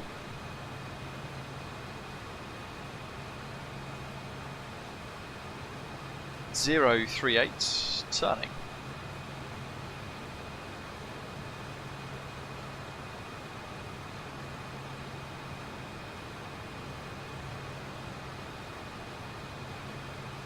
That's 038. Vancouver traffic, Canadian Regional 265 is on the turn for the ILS 08 right, turning back inbound 038 degrees. Will report establishing Vancouver traffic. Can't be any clearer than that, can we?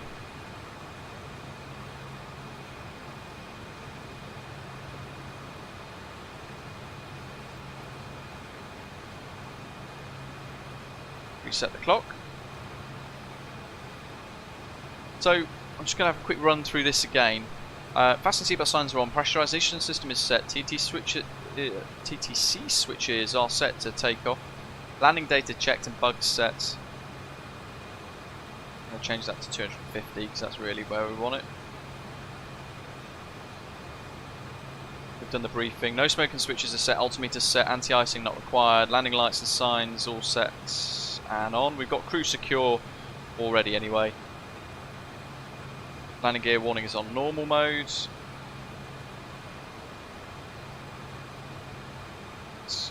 Lift dumpers are arms.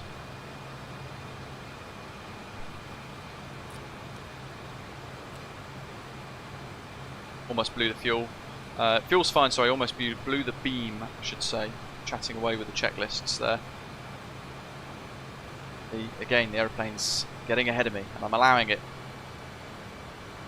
but we're just making the turn there. Vancouver traffic, Canadian Regional 265 is established ILS 08 right 15 DME Vancouver traffic.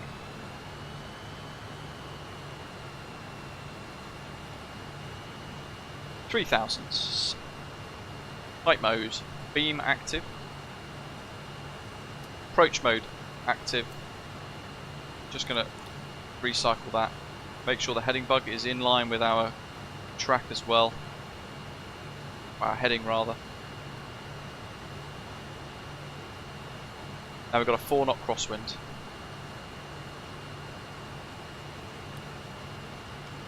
Glide slope auto.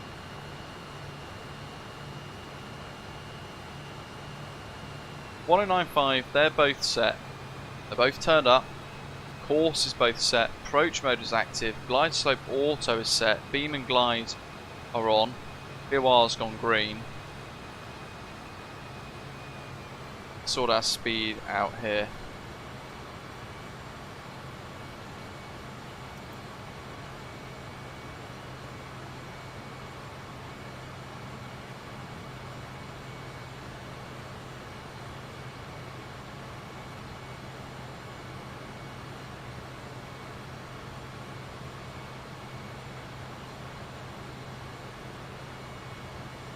Massively focused now. Again, if it kind of doesn't take the glide slope, I'm expecting it to pretty much now, then we'll just hand fly her in. Right, height mode is off. Nose is come down. Is it? It's not.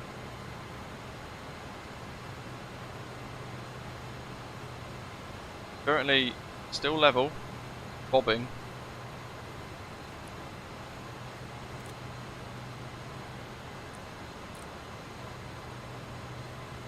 Right, hand flying it is.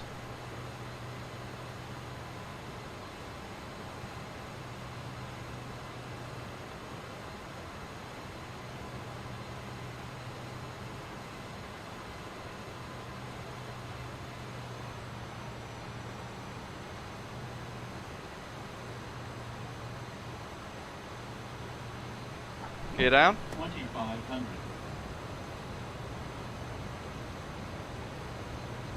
Vancouver traffic, Canadian Regional 265 is reverting to a visual approach, 08 right, 7 miles final.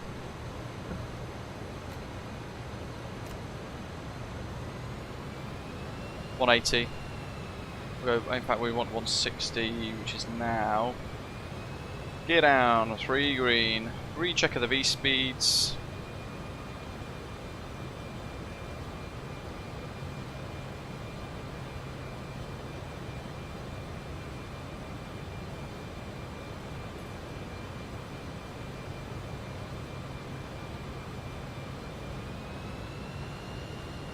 Say better luck this time, but it's not really, is it?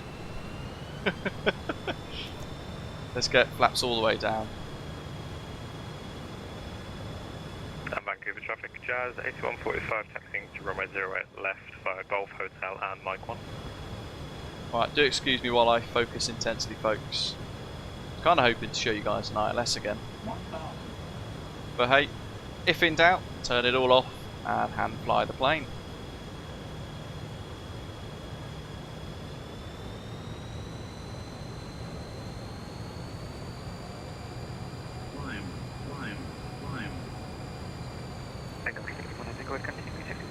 We're taxiing via Delta and Echo. Just holding speed here, just above final approach speed for our flap setting. Just because we are a little bit above, sorry, the glide slope's a bit above us, we don't want that.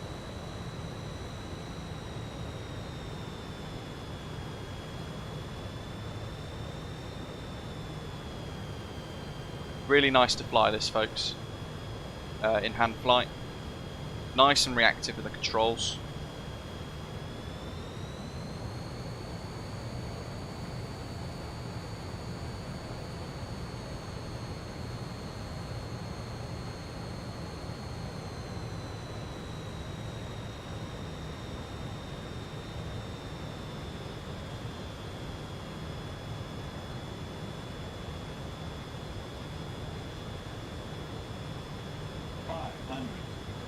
Vancouver traffic, Canadian Regional 265, short final, visual, 08 right.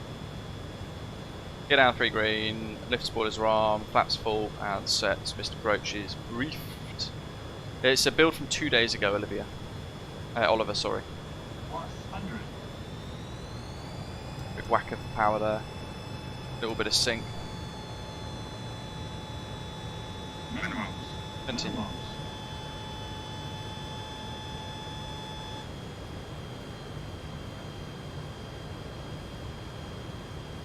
There he is again, the oxygen thief. Imagine actually waiting 3 hours just to do that. 50. 40. 30. Okay, holding the flare. 10. Holding the flare. Down. Just gently getting back on that centre line. And allow ourselves to decelerate. Yeah, I mean, if we guys can work out who that was in that little split second,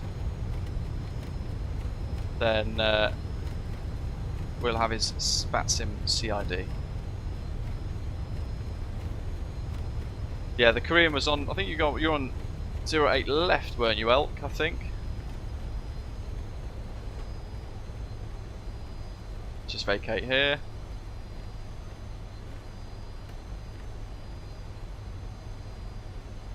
Not too bad, 107 foot per minute.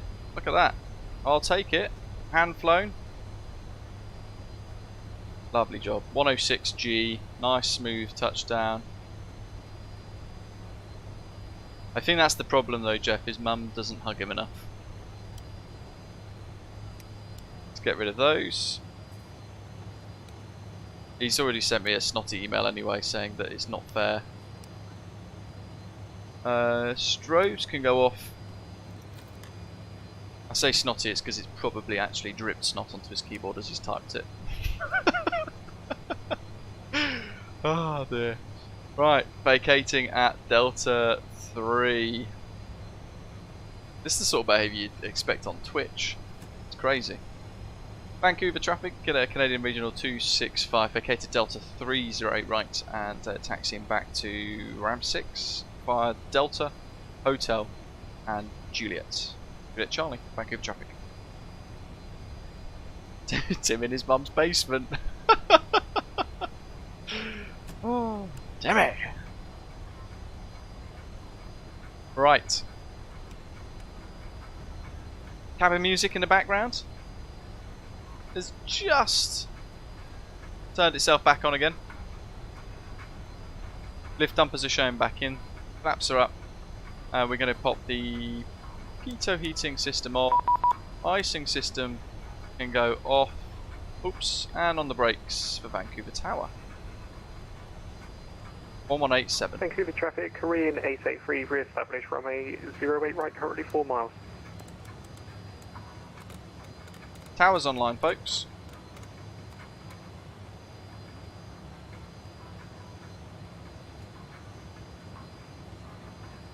That's 705. I hate these little mid-click spots. Vancouver Tower, good morning. Canadian Regional 265 is currently on Delta, request taxi to gates. Last station, call sign only. Canadian Regional 265. Okay, Regional 265, welcome to Vancouver Gate 21, taxi via Delta Hotel Golf, open your discretion. Gate 21, Delta Hotel Golf, Vancouver, Canadian Regional 265, thanks. Vancouver Tower, very good afternoon, Korean 883 with you, establishing runway 08 right. Korean 883 heavy, your number 1, continue approach. No, follow me. 1, continue approach, Korean 883. Kevin, epic. Hey, Korean 883, never mind, that guy just signed off, hasn't him contact me, so the Vancouver winds, stand by. Vancouver winds are 140, 5 cleared to land, runway 08 left. APU main on. We've got to keep an eye on the plane whilst we deal with this. 08 left, but we're actually going to establish for ourselves with 088 right, if that's okay. Korean 83, sorry about that. Yeah, no worries. Winds are still the same, 1405, cleared line runway 08 Another right. update for the Koro Cleared line 787. right, Version 2.0.1, Daniel, is coming very soon. It is a video that's on the channel. Go check it out. Went live 2 days ago, I think. APU on. Got the yaw damper off.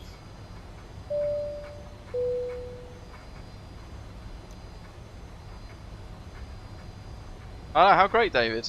Probably a good job he didn't connect on my ILS. What a mess.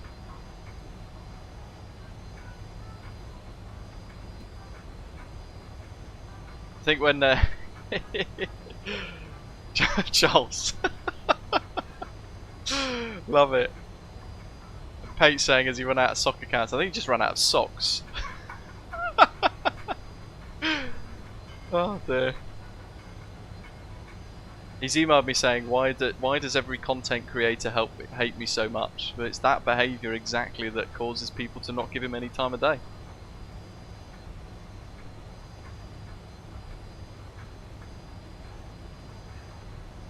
Apron 621. Trying to find out exactly where this is. So hotel onto golf, which I think we're at now, isn't it? We're at golf now. Oh, we are. Good. All right, let's turn in. Oh, almost overshot again. It's like, it's like the way we started, getting lost immediately at Vancouver. Gate 21 is this one, I think. It is. Taxiing in. Lovely little wing lights. Look at that. Inside the kind of flap module thing there.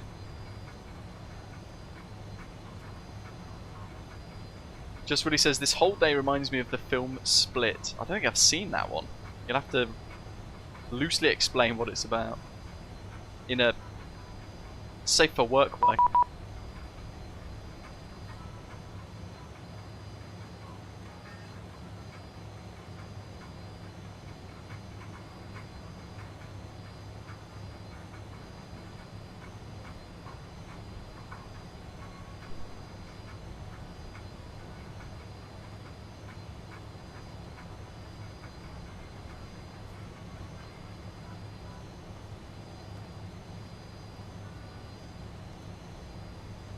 Just gently taking her in.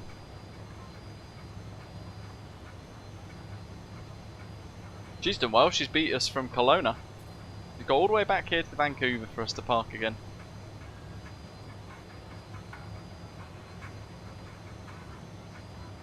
How are we doing? A little bit left.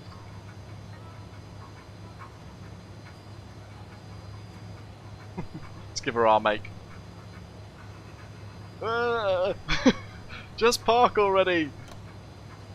Bar brake set. Oh, let's hope we get a dance. Okay, that's all good. APU air can go on. Gen 3 needs to go on.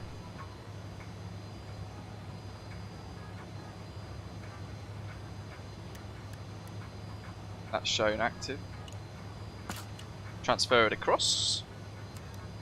Air conditioning. That's already done. Pop that off as well. We've already done the pitot and vane stuff.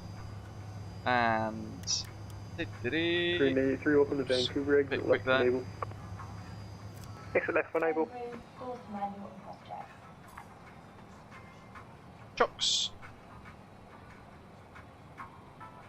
That wasn't a very good parking. She's most displeased.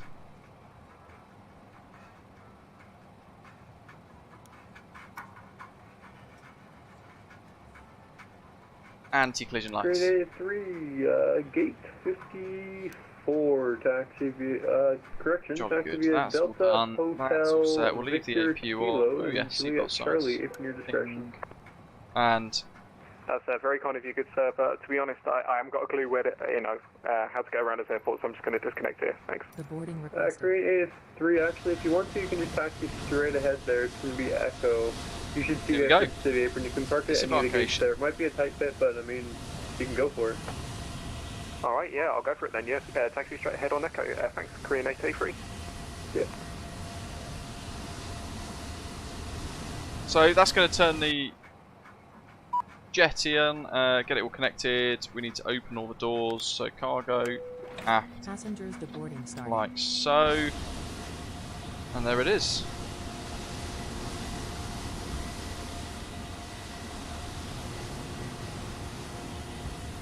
And they're going to get down working away at unloading the aeroplane. Imagine how loud that is. Especially for these guys, right? Look at this. So we've got the APU on at the moment. He's literally in the exhaust. And not only that, but the bags are coming off. A guy would be here in real life, right next to the APU exhaust. My goodness, how loud would that be?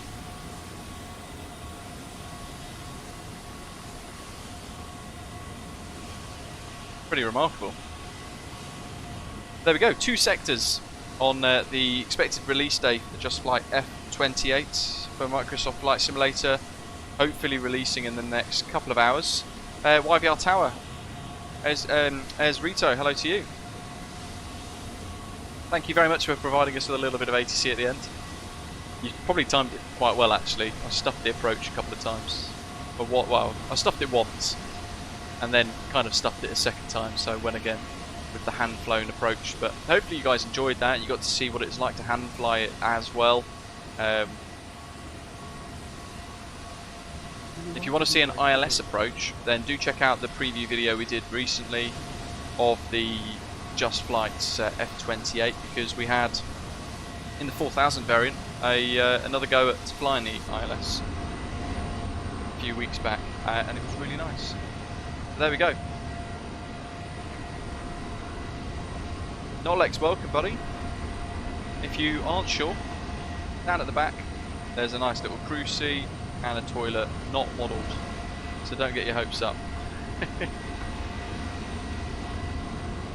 And if you missed the start, head back to the beginning. You will see the most incredible emissives, very akin actually to the level of detail in the Mad Dog for the nighttime textures in the flight deck. Really stunning bit of kit. But hopefully you guys are all going to absolutely enjoy this aeroplane when it does release in the next couple of hours. Share all your screenshots with me over on Discord. Let us know where you're going to be flying and how you're getting on with it as well, because I'd be interested to hear all of your thoughts. They're just as important as mine.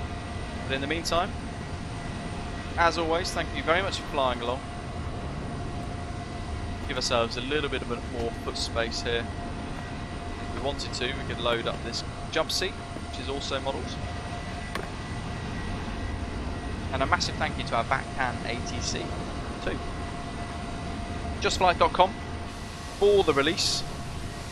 Keep an eye on it. Smash that F5 button. Expect it in the next couple of hours, hopefully. I think they've said roughly early evening, haven't they? So what's that, like 5 PM UK time? As an approximate guess. But who knows? Keep your eye on the Just Flight website. Massive thank you, of course, to the Just Flight team for sending us a preview copy prior to the release today. For us to be able to enjoy live as a bit of a preview, and for me to be able to share my thoughts with you all as well.